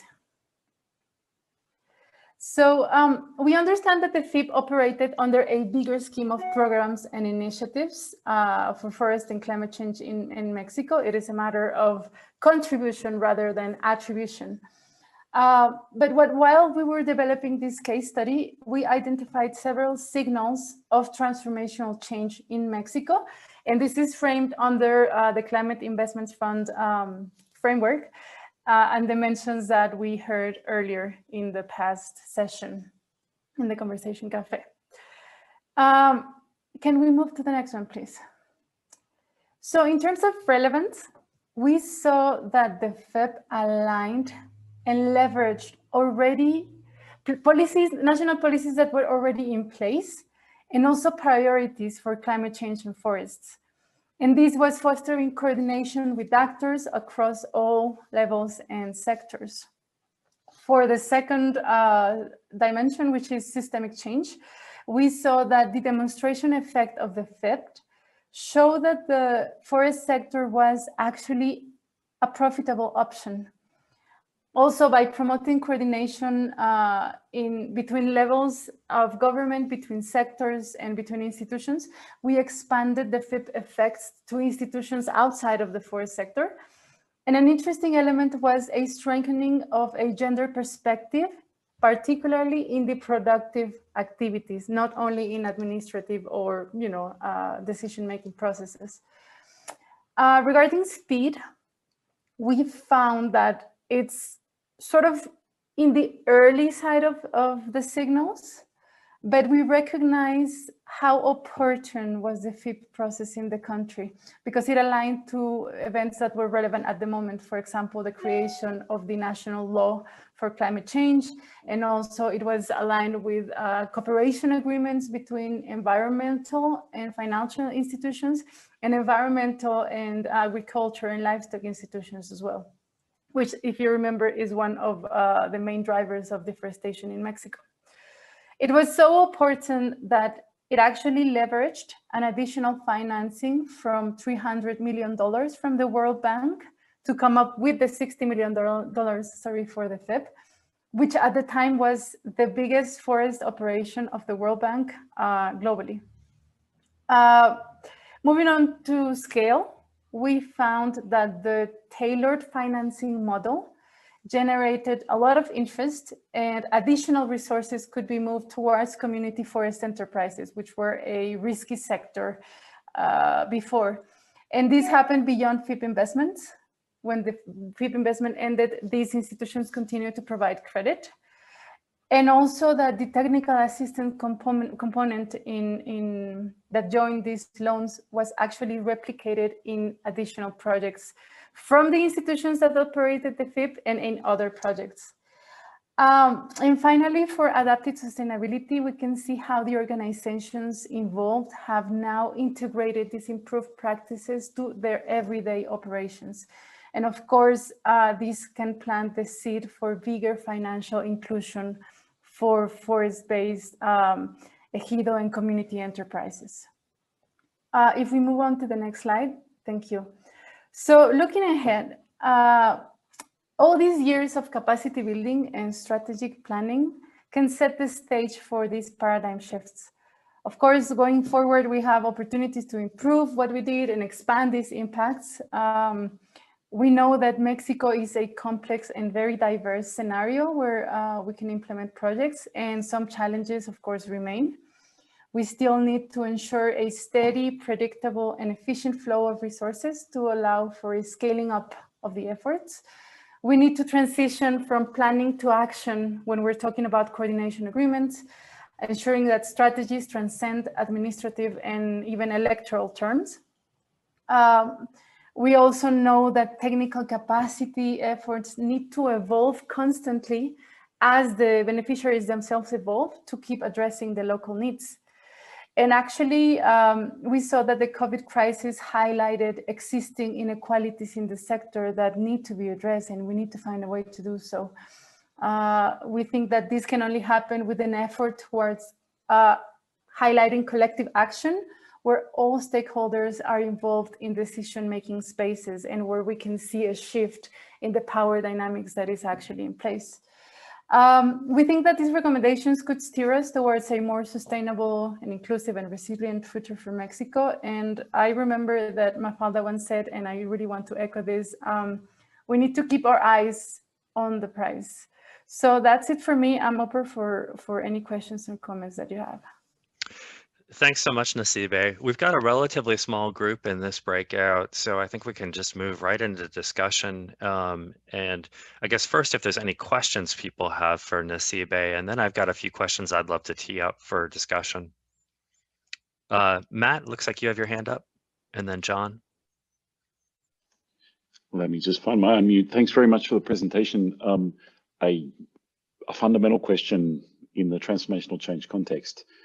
Sorry, I should have said, I'm working with private sector investment funds and looking at setting up their transformational metrics and how they measure transformational change. So I'm trying to understand how you perceive it. And so I guess my question is, now I have a close-up of Tim rather than the last slide. My question is, did you achieve transformational change, or do you see strong signals towards getting there? And if transformational change is, you know, deforestation has been halted or greatly reduced, or there's greater carbon stocks in forest, or how did you define that transformational change, and what signals do you have to show you're in progress towards it? Thank you. Thanks. Arini, do you mind sharing the table of signals and how they move along? Yeah, I think one interesting thing that we found out while doing the case study and while implementing the FIP was what did we understand as transformational? Because sometimes, and I want to address particularly the example of the gender mainstreaming. We had a project that was within the FIP or aligned to the FIP that was only financing projects for women. So for us, the mere fact of having a budget set apart for gender productive activities was transformational in itself. Of course, if you want to think about results and impact, we still have to see how well this does. But we decided to look at transformational change from the process itself and coming up to the results. So in that chart that you're seeing, you can actually perceive how we understand in the different dimensions that is within the CIF framework, if we think they're early, if we think they are advanced. Of course, we can share the case study where you can see at more depth specific activities and impacts and results that we think are transformational.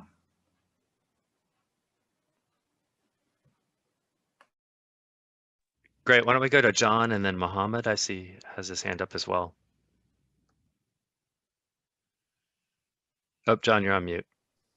Yeah, I've been thinking about signals and actually quite disappointed I was in the signals, well, thinking about signals in the previous presentation. And what I really like about your slide number 9, I know that you measured the signals of systemic change in this case study as moving towards advance. But if we go to number 9, I think that's a really interesting grouping actually, because that tells me quite a lot about that kind of really ground signals of systemic change. I think that the combination being responsive to country context and realities, responsive technical capacity, having these long-term cross-sectoral strategies in place, predictable finance, but also I think the shift in power dynamics obviously key to this dimension. That really starts to bring it alive in this. You know, there might be a couple of more to do with land tenure and people-centered land governance, but that's something I really like in this case study. So I just wanted to highlight that. I think we can, yeah. Great. Just to add, relevant to Matt and John's comments on kind of signals or metrics, that there is a longer brief on transformational change signals that Matt Savage and Jess Kyle prepared. There's a link in the participant handbook, and it kind of uses in more detail the energy sector as an initial example to kind of dig deeper into specific types of signals. And I think it does pick up a bunch of the categories on here, but I think an important area of work ahead is really unpacking signals, metrics, et cetera, in the coming year in these different areas outside of energy and kind of different types of landscape interventions and resilience, et cetera. But just want to make sure people are aware that there's a resource there that might help spur further thinking on that. Let me go to Mohammed now. Any question or comment you have? Yeah, my question really very specific. Given your that you talked about Mexico as a whole country, can you talk a little bit about how you see all of the financing that's been coming into Mexico fit into this framework that you just outlined? Because it seems like you are only focusing on the CIF experience, but given that this is a national, Mexico is one of the biggest recipient countries in the GEF, and I cannot expect to see some alignment with that here. Thanks. Yeah, definitely. That is something that we actually learned from the CIF framework, which is called the programmatic approach. And by the time we designed the FIP, what we tried to do was to align the country needs in the forest sector and in a broader landscape sector, and see which investments, national and international, were filling which gaps. And that provided us a better way to, pinpoint the little details where the FIP was actually going to be fundamental and additional. Yes, of course, we align it with, if you look at in the case study, you're going to see a timeline of investments outside of the FIP and the CIF, and you'll see how it's actually, this addresses the dimension of speed because they were actually happening at the same time in similar territories. Great. There's a wonderful question that Jen posted about, we tend to design projects with what we see today, but we're in a very dynamic, complex, evolving context. And this is something I think we're really excited to explore more about, kind of what are these different kind of capacity areas that need to be developed. And it strikes me that there's a few that are relevant to that point. One is kind of long-term planning and taking programmatic approaches that kind of enable you to force you to kind of look out into the future. But the reality is then you really need to be adaptive within those kind of long-term frameworks. And so there's also a session tomorrow that Daniel 𝗂𝗄𝗏 from the GIZ and 𝗬𝗲𝗄𝗏 from University of Rhodes will lead, focused on kind of adaptive, kind of building capacity for that kind of flexibility and adaptation. But then evaluation comes in too, as we think about evaluative practice for transformational change. How do you get those tight learning loops that enable you to look at context? And then another area that'll pick up tomorrow is around system and actors mapping, having a picture at least of what are the systems you're trying to influence and who are the different actors involved, some of which may be partners and others might not be, but having that kind of broader field awareness can be a helpful way to at least see some of those trends or changes coming.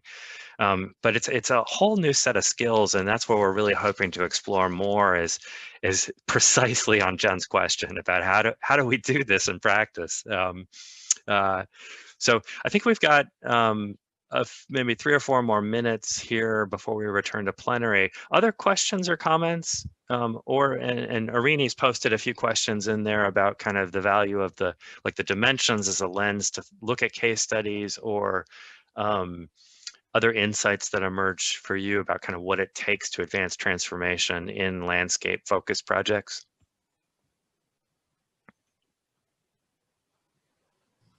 Oh, sorry, I'm just reading the questions from Irini, but yeah, John, go ahead. Well, I read this. I just wanted to build on Mohammed's point, really. I think it'd be very interesting, Nasibi, and I don't know if anyone's done this, but has anyone built a systems map that's relevant to the landscape stroke forestry sector in Mexico? And if so, what does that reveal about leverage points? Because it's those leverage points actually that if you can bring those into the systemic picture, that would be really helpful. I mean, the short answer is no.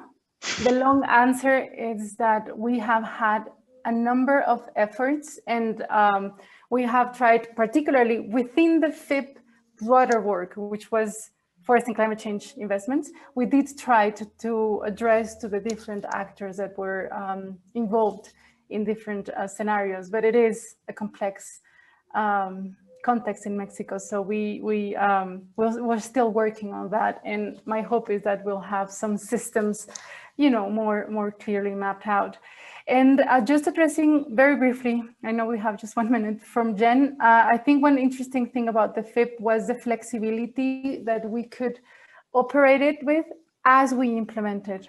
We were able to steer the wheel a little bit, and I mean, you can learn more about that in this case study. And of course, if you join the Gather space, there's going to be a table on landscapes, and we can further discuss this. Great. Other questions?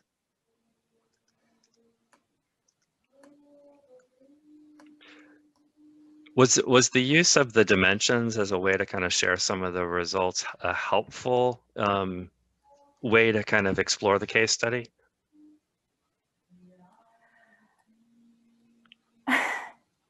I mean, I want to say yes. At this point, I have to separate myself because I'm so involved in the Dimensions project and in the Mexico case that it's hard.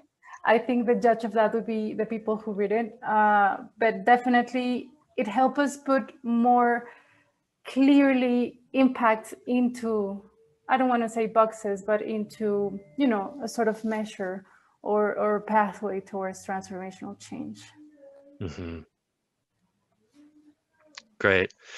Maybe just to give you, we're going to be heading back to the main room in a second, but tomorrow morning or tomorrow, I don't know what time of day it will be for people joining, but I hope you're able to join. We're going to spend that whole session on very interactive, thinking about what are the questions that people should be asking in the design implementation of projects. And Irini just brought up a slide. There's a specific link for the landscapes track tomorrow. It's in the participant handbook, and really hope that you'll join us. We're going to be using the Mural online workspace to kind of really get a lot of interaction, more so than today. With that, I think we should be going back in about a minute. Any parting thoughts you have, 𝗬𝗂𝗂 or Irini, before we head back to plenary?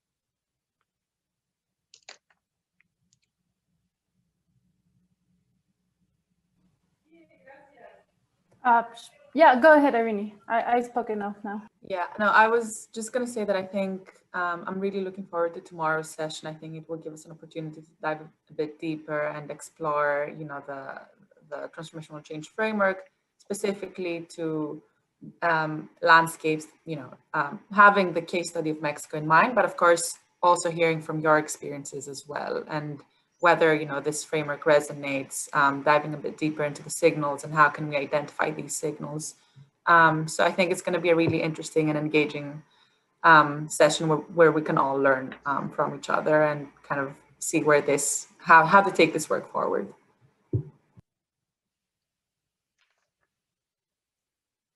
Great. It looks like we have one more minute. They're wrapping up in one speaker finishing up in the main room. Yeah, I hope you all also try Gather. It's a really fun, interactive way where you can actually walk up and then you see people's video who you're close to or in the same area with, and it allows you to walk up to a report and take a look at it. It's a pretty neat virtual engagement space. Okay, you should be given an option to leave the breakout room now, so we can head back. Thank you, 𝗬𝗂𝗂. Great job. Great. Hi, everyone. Thanks so much for joining the clean energy session here. See, I'll give folks just a second as I think people are bouncing in and out of rooms. And I do apologize for the leaf blowers that are going off outside of my window. I hope that that's not too disturbing, but I will stay muted as Neil will be doing most of the talking. So just 1 second while we wait for folks.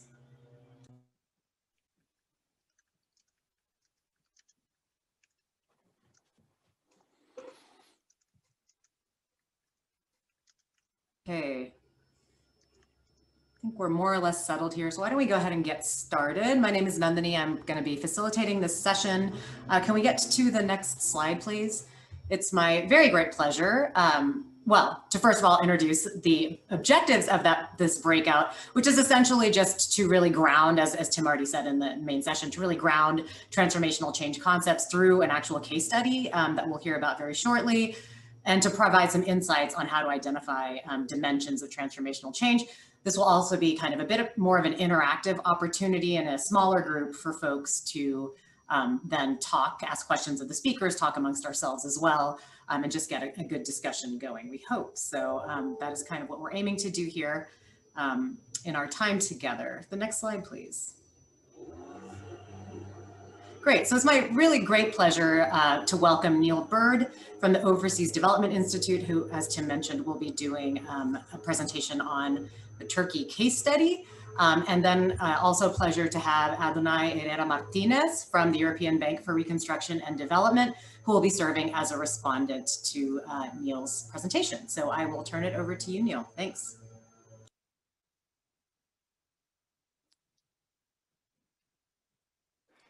Well, very good morning, good afternoon, and good evening, depending upon your time zone. My name is Neil Bird from ODI, which is a London-based think tank working on international development. And this short presentation describes a case study of the contribution made by the CIF's Clean Technology Fund to Turkey's energy efficiency goals. Next slide, please, Sarah. I should begin by saying something about this small study. It builds and draws on an evaluation of transformational change in the CIF that was completed a couple of years ago, and is based on evidence extracted from a wide range of reports as indicated here, but it is limited solely to secondary research. Hence, we are very fortunate to have 𝗬𝗲𝗀𝗃𝗻𝗄 from the EBRD, who was directly involved in the implementation of CIF investments in Turkey.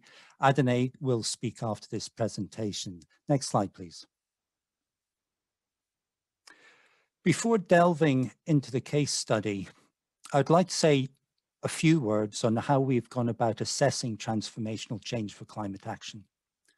First, we have based the study on the definitional work carried out by the CIF TCLP, which sees transformational change defined in the following way: as a fundamental change in systems relevant to climate action with large-scale positive impacts that shift and accelerate the trajectory of progress towards climate neutral, inclusive, resilient, and sustainable development pathways. And second, we have used the TCLP's framing of 5 dimensions of transformational change to map change processes and outcomes. This framing highlights the need to find some evidence of change across all 5 dimensions to have confidence that climate actions are transformational. Next slide. So, for example, when will we have confidence that renewable energy supply has transformed an energy system? The 5 dimensions of transformational change that are illustrated on the right-hand side of the slide of relevance, systemic change, speed, scale, and adaptive sustainability help us to answer that question. And I will come back to these in a minute or so. Next slide. And a quick word on the case study approach to documenting transformational change. Reliance on secondary sources has probably meant that we may have missed the full complexity of what has happened.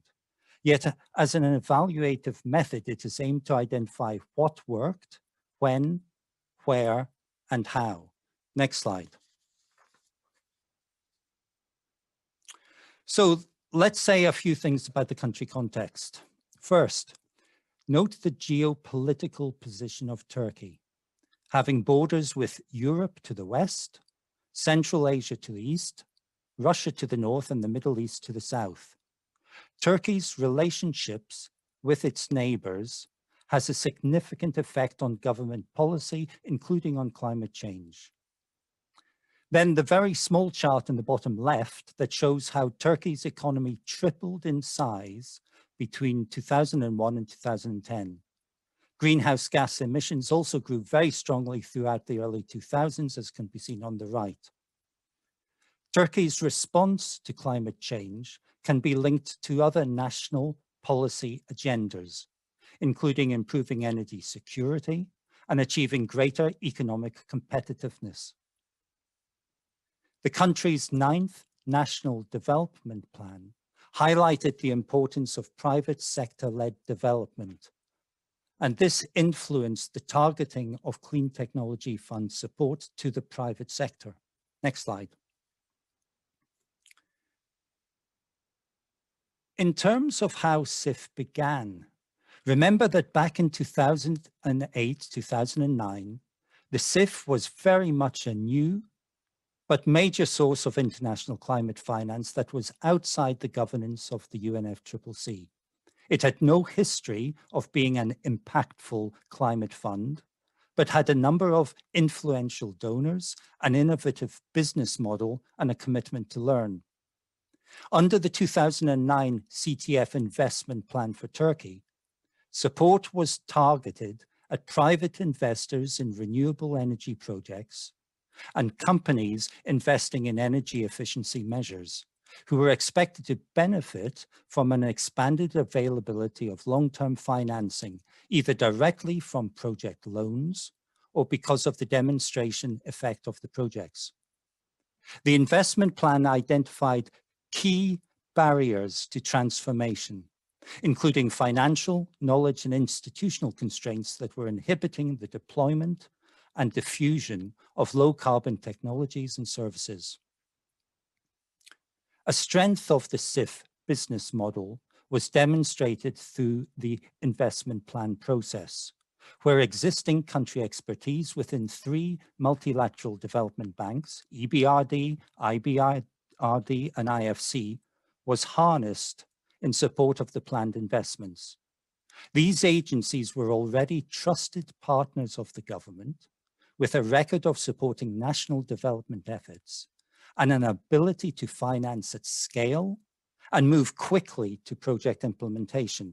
The CTF investment plan helped to align the work of these MDBs. Next slide. The Clean Technology Fund adopted an intermediated approach in 2 energy efficiency initiatives directed at small and medium-sized enterprises. The first of these, the Turkish Sustainable Energy Financing Facility, otherwise known by its acronym TURSEF, facilitated investments of $250 million in sustainable energy projects channeled through 5 commercial banks.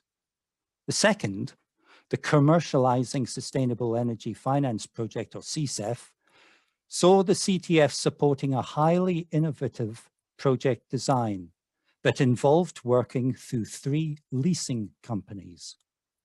CSEF was the first CTF-funded energy efficiency program globally that aimed to support the leasing of energy-efficient equipment. Next slide.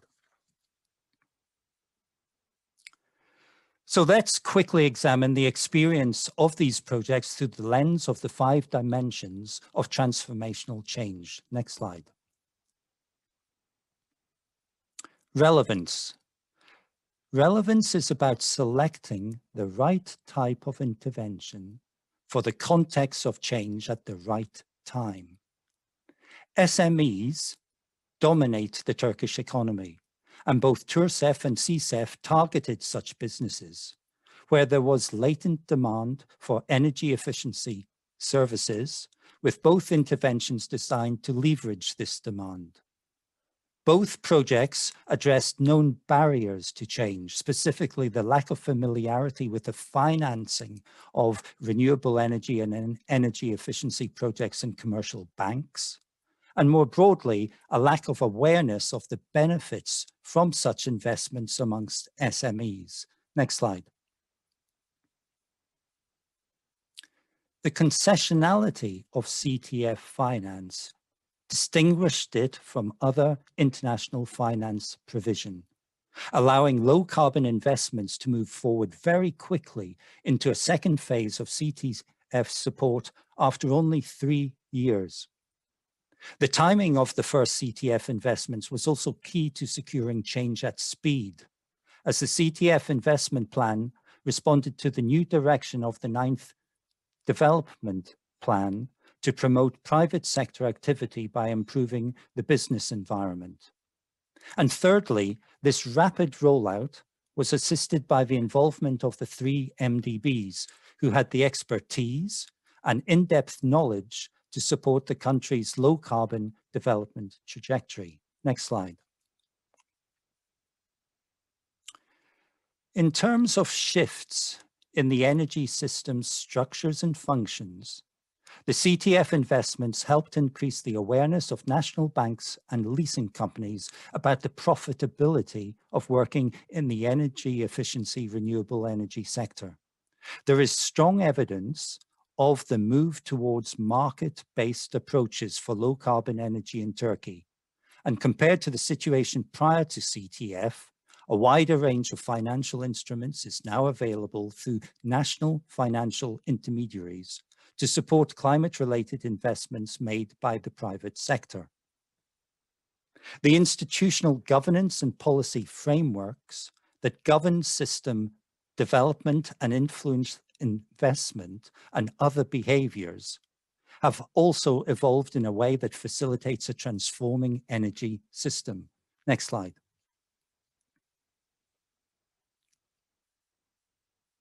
In terms of scaling up energy efficiency deployment, both TCLP and 𝗖𝗳𝗃 project partners attracted follow-on credit lines from participating banks and leasing companies on fully commercial terms that enabled an expansion of energy efficiency investments. CTF investments were able to influence and mobilize much larger funding flows, and the work of NDBs has continued after the CTF investments ended. For example, the total annual energy savings delivered by TCLP, which has continued to grow since the original CTF support, are equivalent to the electricity consumed by almost 1 million households in Turkey each year. Next slide. CTF helped the Turkish energy efficiency market to achieve a more robust state of functioning, with the leasing of energy efficiency equipment now established in the country. TCLP helped establish critical and long-lasting capacity within commercial banks to identify and lend to renewable energy and energy efficiency projects. And government's policies are also ensuring a resilient future for such investments, with 2 major milestones being the 2015 National Renewable Energy Action Plan and the 2018 National Energy Efficiency Action Plan. Next slide, please. So, in a country where SMEs drive economic activity, working through national financial intermediaries was a critical change pathway for CTF that helped to secure significant gains in national energy efficiency and the deployment of renewable energy. The barriers to change that were identified in the investment plan were largely addressed through subsequent project activity. For a country such as Turkey, where fossil fuels continue to dominate energy supply, the potential of securing transformation in national energy usage most likely lies in fast-tracking energy efficiency investments that help reduce overall energy consumption, while at the same time promoting the development of renewable energy sources. The CTF investment plan adopted and then followed this twin strategy.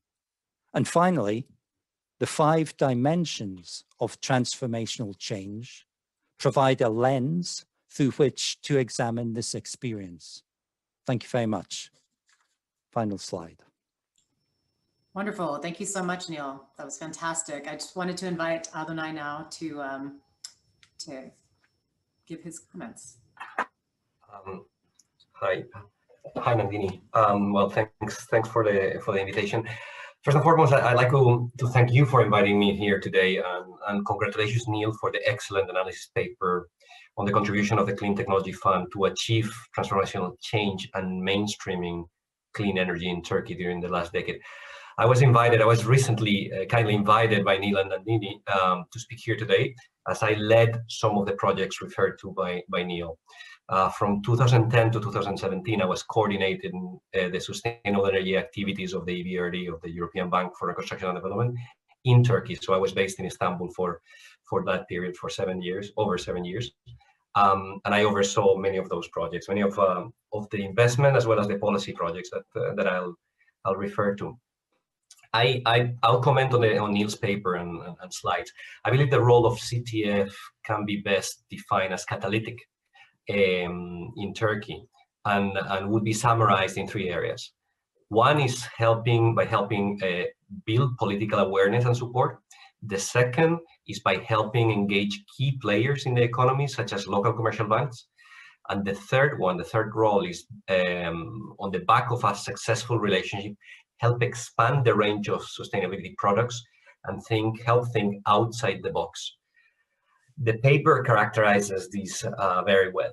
In the context of a surging GDP and population growth, Turkey's energy demand, energy imports, and this is a key factor that I will discuss later, and GHG emissions more than doubled in 10 years. The significant current account deficit associated to energy imports, mostly from Russian gas, drove a firm commitment from the government to drastically remove foreign energy dependence. Domestic lignite, renewables, and energy efficiency became a focus of regulatory efforts. Energy efficiency was also seen as a source of increased competitiveness in a period where, in which labor and manufacturing costs were rising with the GDP per capita growth, and they were becoming non-competitive compared to East Asia. So this takes me to the first thought. There needs to be a clear political awareness and support to achieve a transformational change. This should be reflected by a clear strategy or strategies, enabling regulations and economic incentives. And this last point is key for the surge of renewables. In 2010, there was an amendment to the 2004 Renewable Energy Law.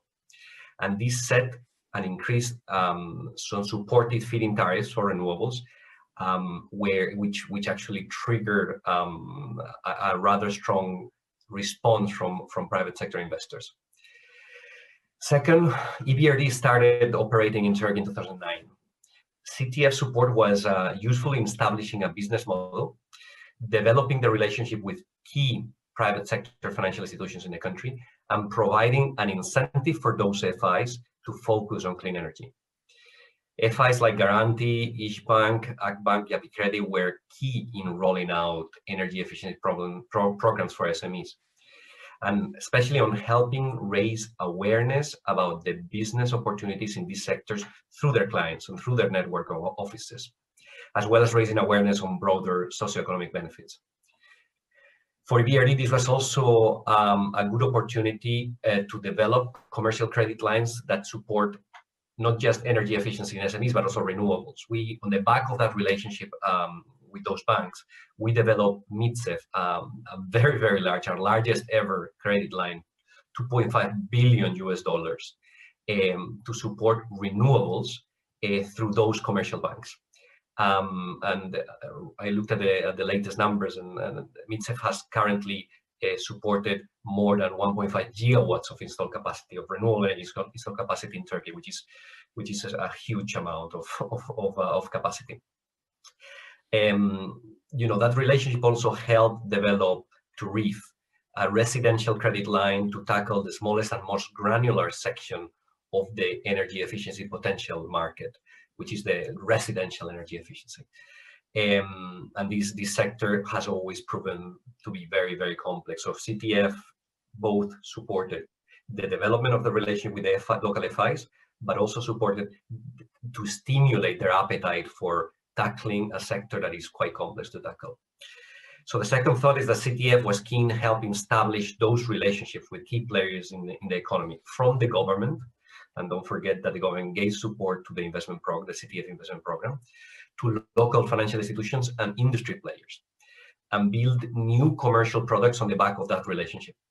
And finally, the last point, the success of the initial programs from IFC, EBRD, and the World Bank, combined with the continued CTF support in pushing the boundaries of sustainability, helped develop new products beyond the standard renewables and SME energy efficiency. Because at some point, both renewables and energy efficiency became some kind of business as usual for those corporates. So as I previously mentioned, residential energy efficiency benefited from CTF support, which helped mainstream the concept of resource efficiency and circular economy for key industrial players such as Şişecam and Sütaş.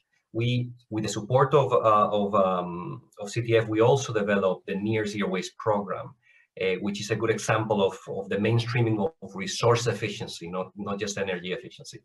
And the impact of that Near Zero Waste program was summarized by an excellent CIF evaluation paper released in December 2019. So if you're interested in resource efficiency and how we push the boundaries of sustainability, I really encourage you to read that Climate Investment Fund evaluation report. And similarly, we did something similar in the geothermal sector in Turkey, which, as you follow the sector, it has enjoyed a boom thanks to the combination of favorable incentives, the feed-in tariffs I referred to before, a very dynamic private sector, and the support of multilateral development banks, in particular of the World Bank and EBRD. This support and this kind of momentum that we manage to achieve thanks to CTF support has made of Turkey the fastest growing geothermal market and the 4th largest geothermal installed capacity in the world. So the third and last conclusion point is that CTF helps stakeholders innovate and think outside the broader, outside the box into the broader sustainability picture. And with these thoughts, I pass on the floor back to you, and I'll be glad to answer questions. Thank you so much. Thank you to both Neil and to Adonai for those comments. We only have a couple of minutes left, as typical of these types of workshops. Time is always of the essence. So I do want to just turn to a couple of questions that popped up in the chat. Neil, I don't know if you had a chance to see those already, or so let's see. We have a question on what was the most challenging problem you encountered in terms of governmental approach, and in dealing with that challenge, did you communicate with the ministry that provides coordination with World Bank, or did you meet directly with implementing ministries? So kind of thoughts on approach and how that might have played out. And then, yeah, so I'll leave it there because that's quite a lot. And to be frank, Nadini, with regards to that question, Adonai would have far better insight than I have. So pass that to you, Adonai, please. No, that's fine. That's fine. I realized that question was most likely about implementing the project. So yeah, I'm happy to discuss. By the way, I was the person who led the National Energy Efficiency Action Plan work together with the Ministry of Environment of Energy. I'm sorry. That's what was the most challenging problem we encountered in dealing with the ministries. Look, let's see, we encountered several problems. I think the general experience I had was extremely positive. I left many good friends at all the ministries, especially the Ministry of Energy. One of the big problems I found is that when we approach very political matters, such as the topic of coal, the topic of feed-in tariffs or local content requirements, which is an issue for us and for DG Trade in the EU, the ministry was very cautious, and at some point there was a very, very big turnover of people in the ministry. So we lost our counterparts and had to rebuild the relationships over and over. So just to give you an example, we're supposed to finish this National Energy Efficiency Action Plan work in a year. I think it took us 3 years because people kept changing. And that was a big challenge, right? We finally succeeded because the person who took the reins of the department we were working with was a technocrat, right? Very knowledgeable and proactive engineer, and wanted to make a difference, right? But that was challenging. So that delayed a lot the process. So I would characterize the policy work in general as rather opportunistic. Sometimes it works, sometimes it doesn't. You need the enabling counterpart to make things move forward. Nadini, sorry, Adonai, but perhaps if I could just finish to highlight 2 points that you raised, Adonai, which I think are critical in understanding how change processes happen, and particularly with regards to the level of transformation we're hoping to see. The first that you emphasized was relationships really matter. Building trust across a whole range of actors is how change happens. And unless you secure that, it's not going to happen. But secondly, the importance of pushing the boundaries, the importance of innovation, that a mechanism such as the Clean Investment Funds or the other international climate funds that have been part of this workshop today, That is so important. And that level of innovation needs to continue at speed. I'll stop there. Wonderful. Thank you so much for that, Neil and Adonai. Thank you both so much. And that was right on the nose, because I think all of the other groups are closing out and joining us back here as we are still in the main plenary session. So I just want to extend a really heartfelt thank you to both of you for that intervention. That was really fascinating. Thank you. My pleasure.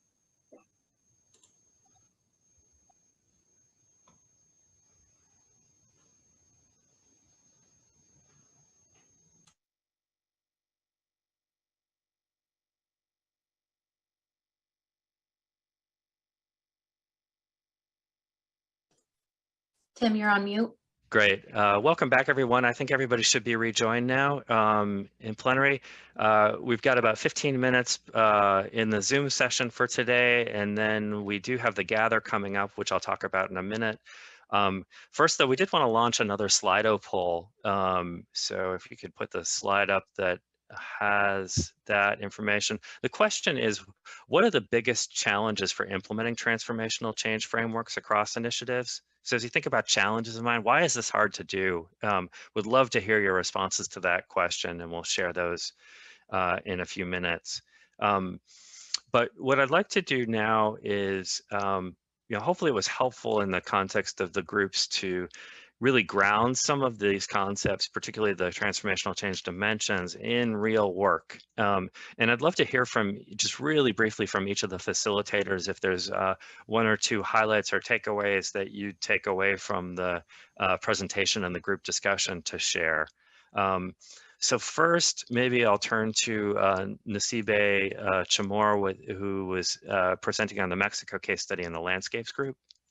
Yep. Thank you, Tim. So our conversation, I think, was very lively, and two main takeouts that stuck with me was, first, Jen questions and comment about how to create initiatives that can be flexible enough to transform as a context transform. As initiatives are happening as we see them now. Can we look back and make some adjustments? I think that was such an interesting thought. And the other one was, how do we ensure continuous change and experimentation as we move forward with these initiatives, and we remain aware of the challenges that remain and how to address that even if the initiative has ended. I think that speaks a lot about transformational change, continuity. And that's it for me. Thanks. Great. Wondered if I could turn now to the Clean Energy Group facilitator, Nandini. Sure, yeah, thank you. We had a really interesting presentation from Neil Bird on the contribution of the Clean Technology Fund to energy efficiency goals in Turkey specifically. And we had Adonai Herrera Martinez as a respondent to that.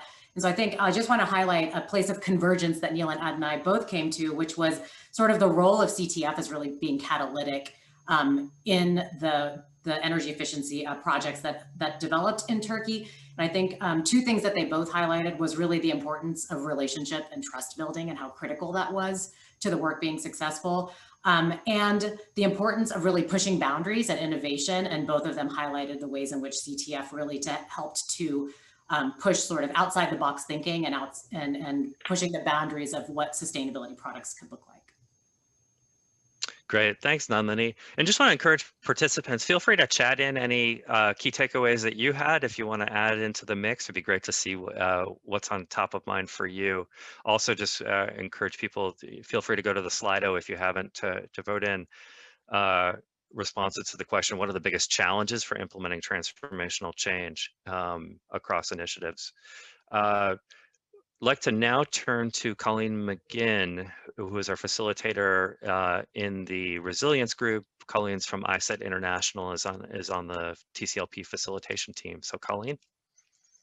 Thanks, Tim. And even bigger thanks to Simone Verkart of the Global Resilience Partnership and Siraj Hirani from the Gujarat Mahila Housing Sewa Trust, who gave a fantastic presentation about climate resilience from a transformational lens within India's slums. we discussed a lot of interesting things, but two of the big takeaway lessons from the discussion surrounded key barriers around achieving climate resilience for urban slum populations were land tenure and the legal status of the people who live in the urban slums. And as part of that, how critical advocacy is, that these people do have rights, even if they're not recognized formally by a city government. Secondly, around financial barriers and how essential it is to ensure that the poor and the urban poor have access to resources, credit, finance, etc., so that they can take the steps that they need. Great, thanks, Colleen. And then I'd like to turn to Mike Ward and 𝗍𝗲 Sharma, who are in the Just Transitions group, to briefly share. That's the last of the four groups we had. So Mike and 𝗍𝗲, you want to take it away? Yeah, thank you, Tim. And some really big questions were raised in our group on Just Transitions about deep fundamental changes needed to societies and current economic and social structures, questioning of current power structures and how they support just transitions and transformational change. There's a really good question posed by Anna in the chat, asking, is there an inevitable push towards addressing underlying societal issues? And there seemed to be convergence that there is. Very interesting conversation about the carrying capacity of systems or the pressures within it, the contradictions within it, and the need for social inclusion to bring out some of those contradictions to eventually allow for recognition and reconciliation. There's also a lot of input and discussion about local level interventions and social dialogue and the role that they will play. And of course, that led to a lot of different trade-offs, especially in terms of the speed of action and the urgency, but the inclusive processes that could take time. So just lots of questions raised, which we hope to get to maybe tomorrow in the second breakout on Just Transitions. Thank you. Great, thanks. Mike, anything you wanted to add on that group? How could I possibly add to that? Great summary. Thanks, 𝗍𝗲. Great, and I just want to remind people that we've listed in the participant handbook some resources that may be relevant to the various case studies, and I know in a few places they're forthcoming, like for example, the Mexico forest and landscapes case study that 𝗬𝗍𝗃 talked about in that breakout will be coming out quite soon and available to participants. So we'll try and keep you in the loop in that, but encourage to look at those resources. I am going to hand off in a second to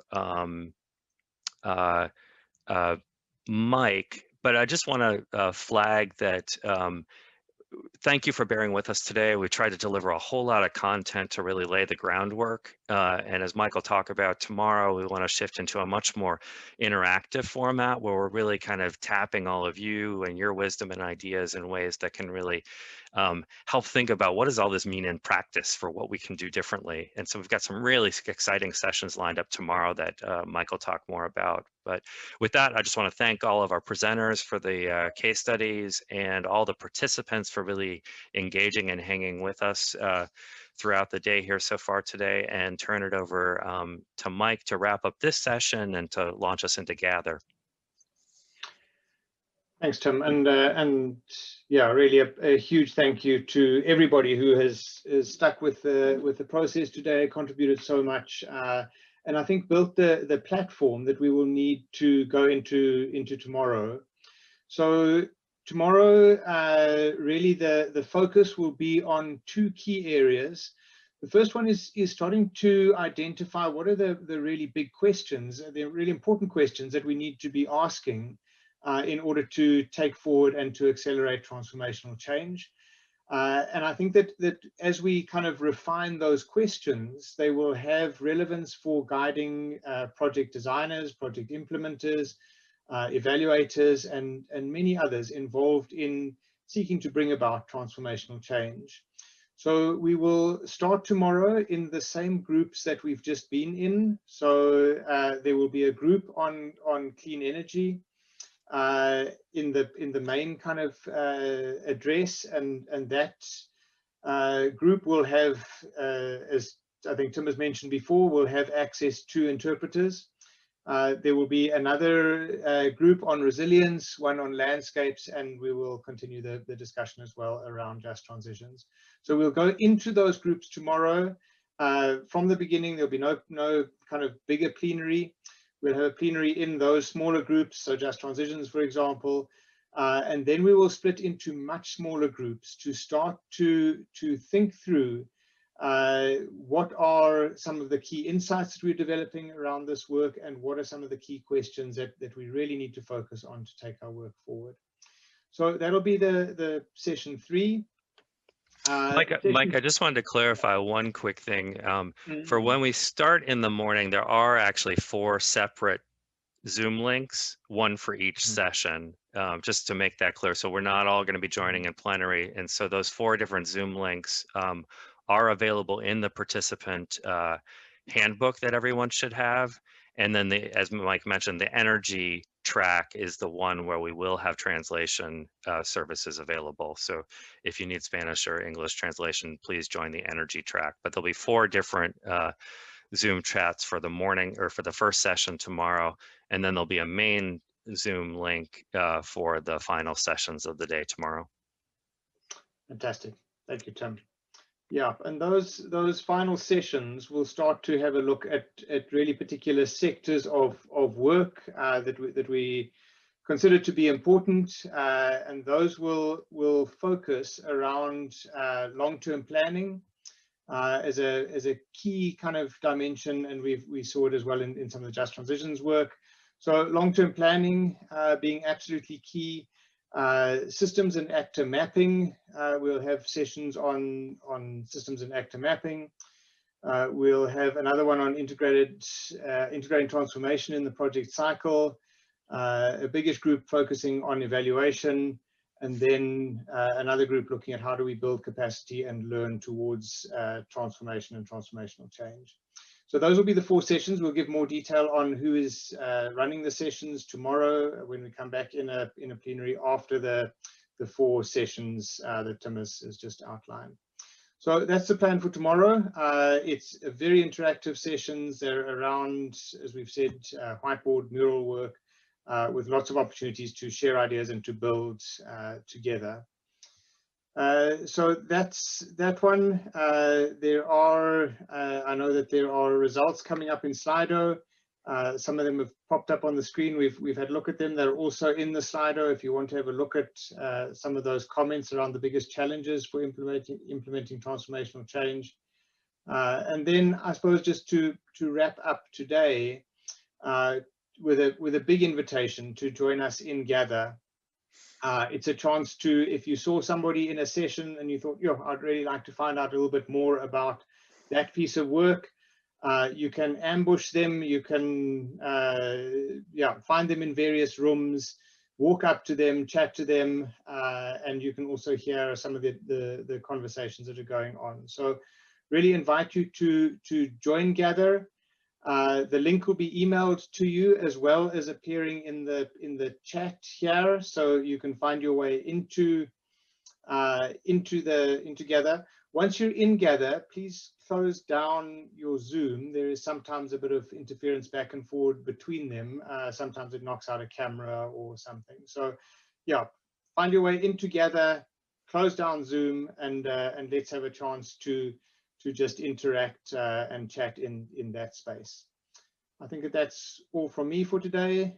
Just opening up to anybody else from the organization team if there's anything else to be covered.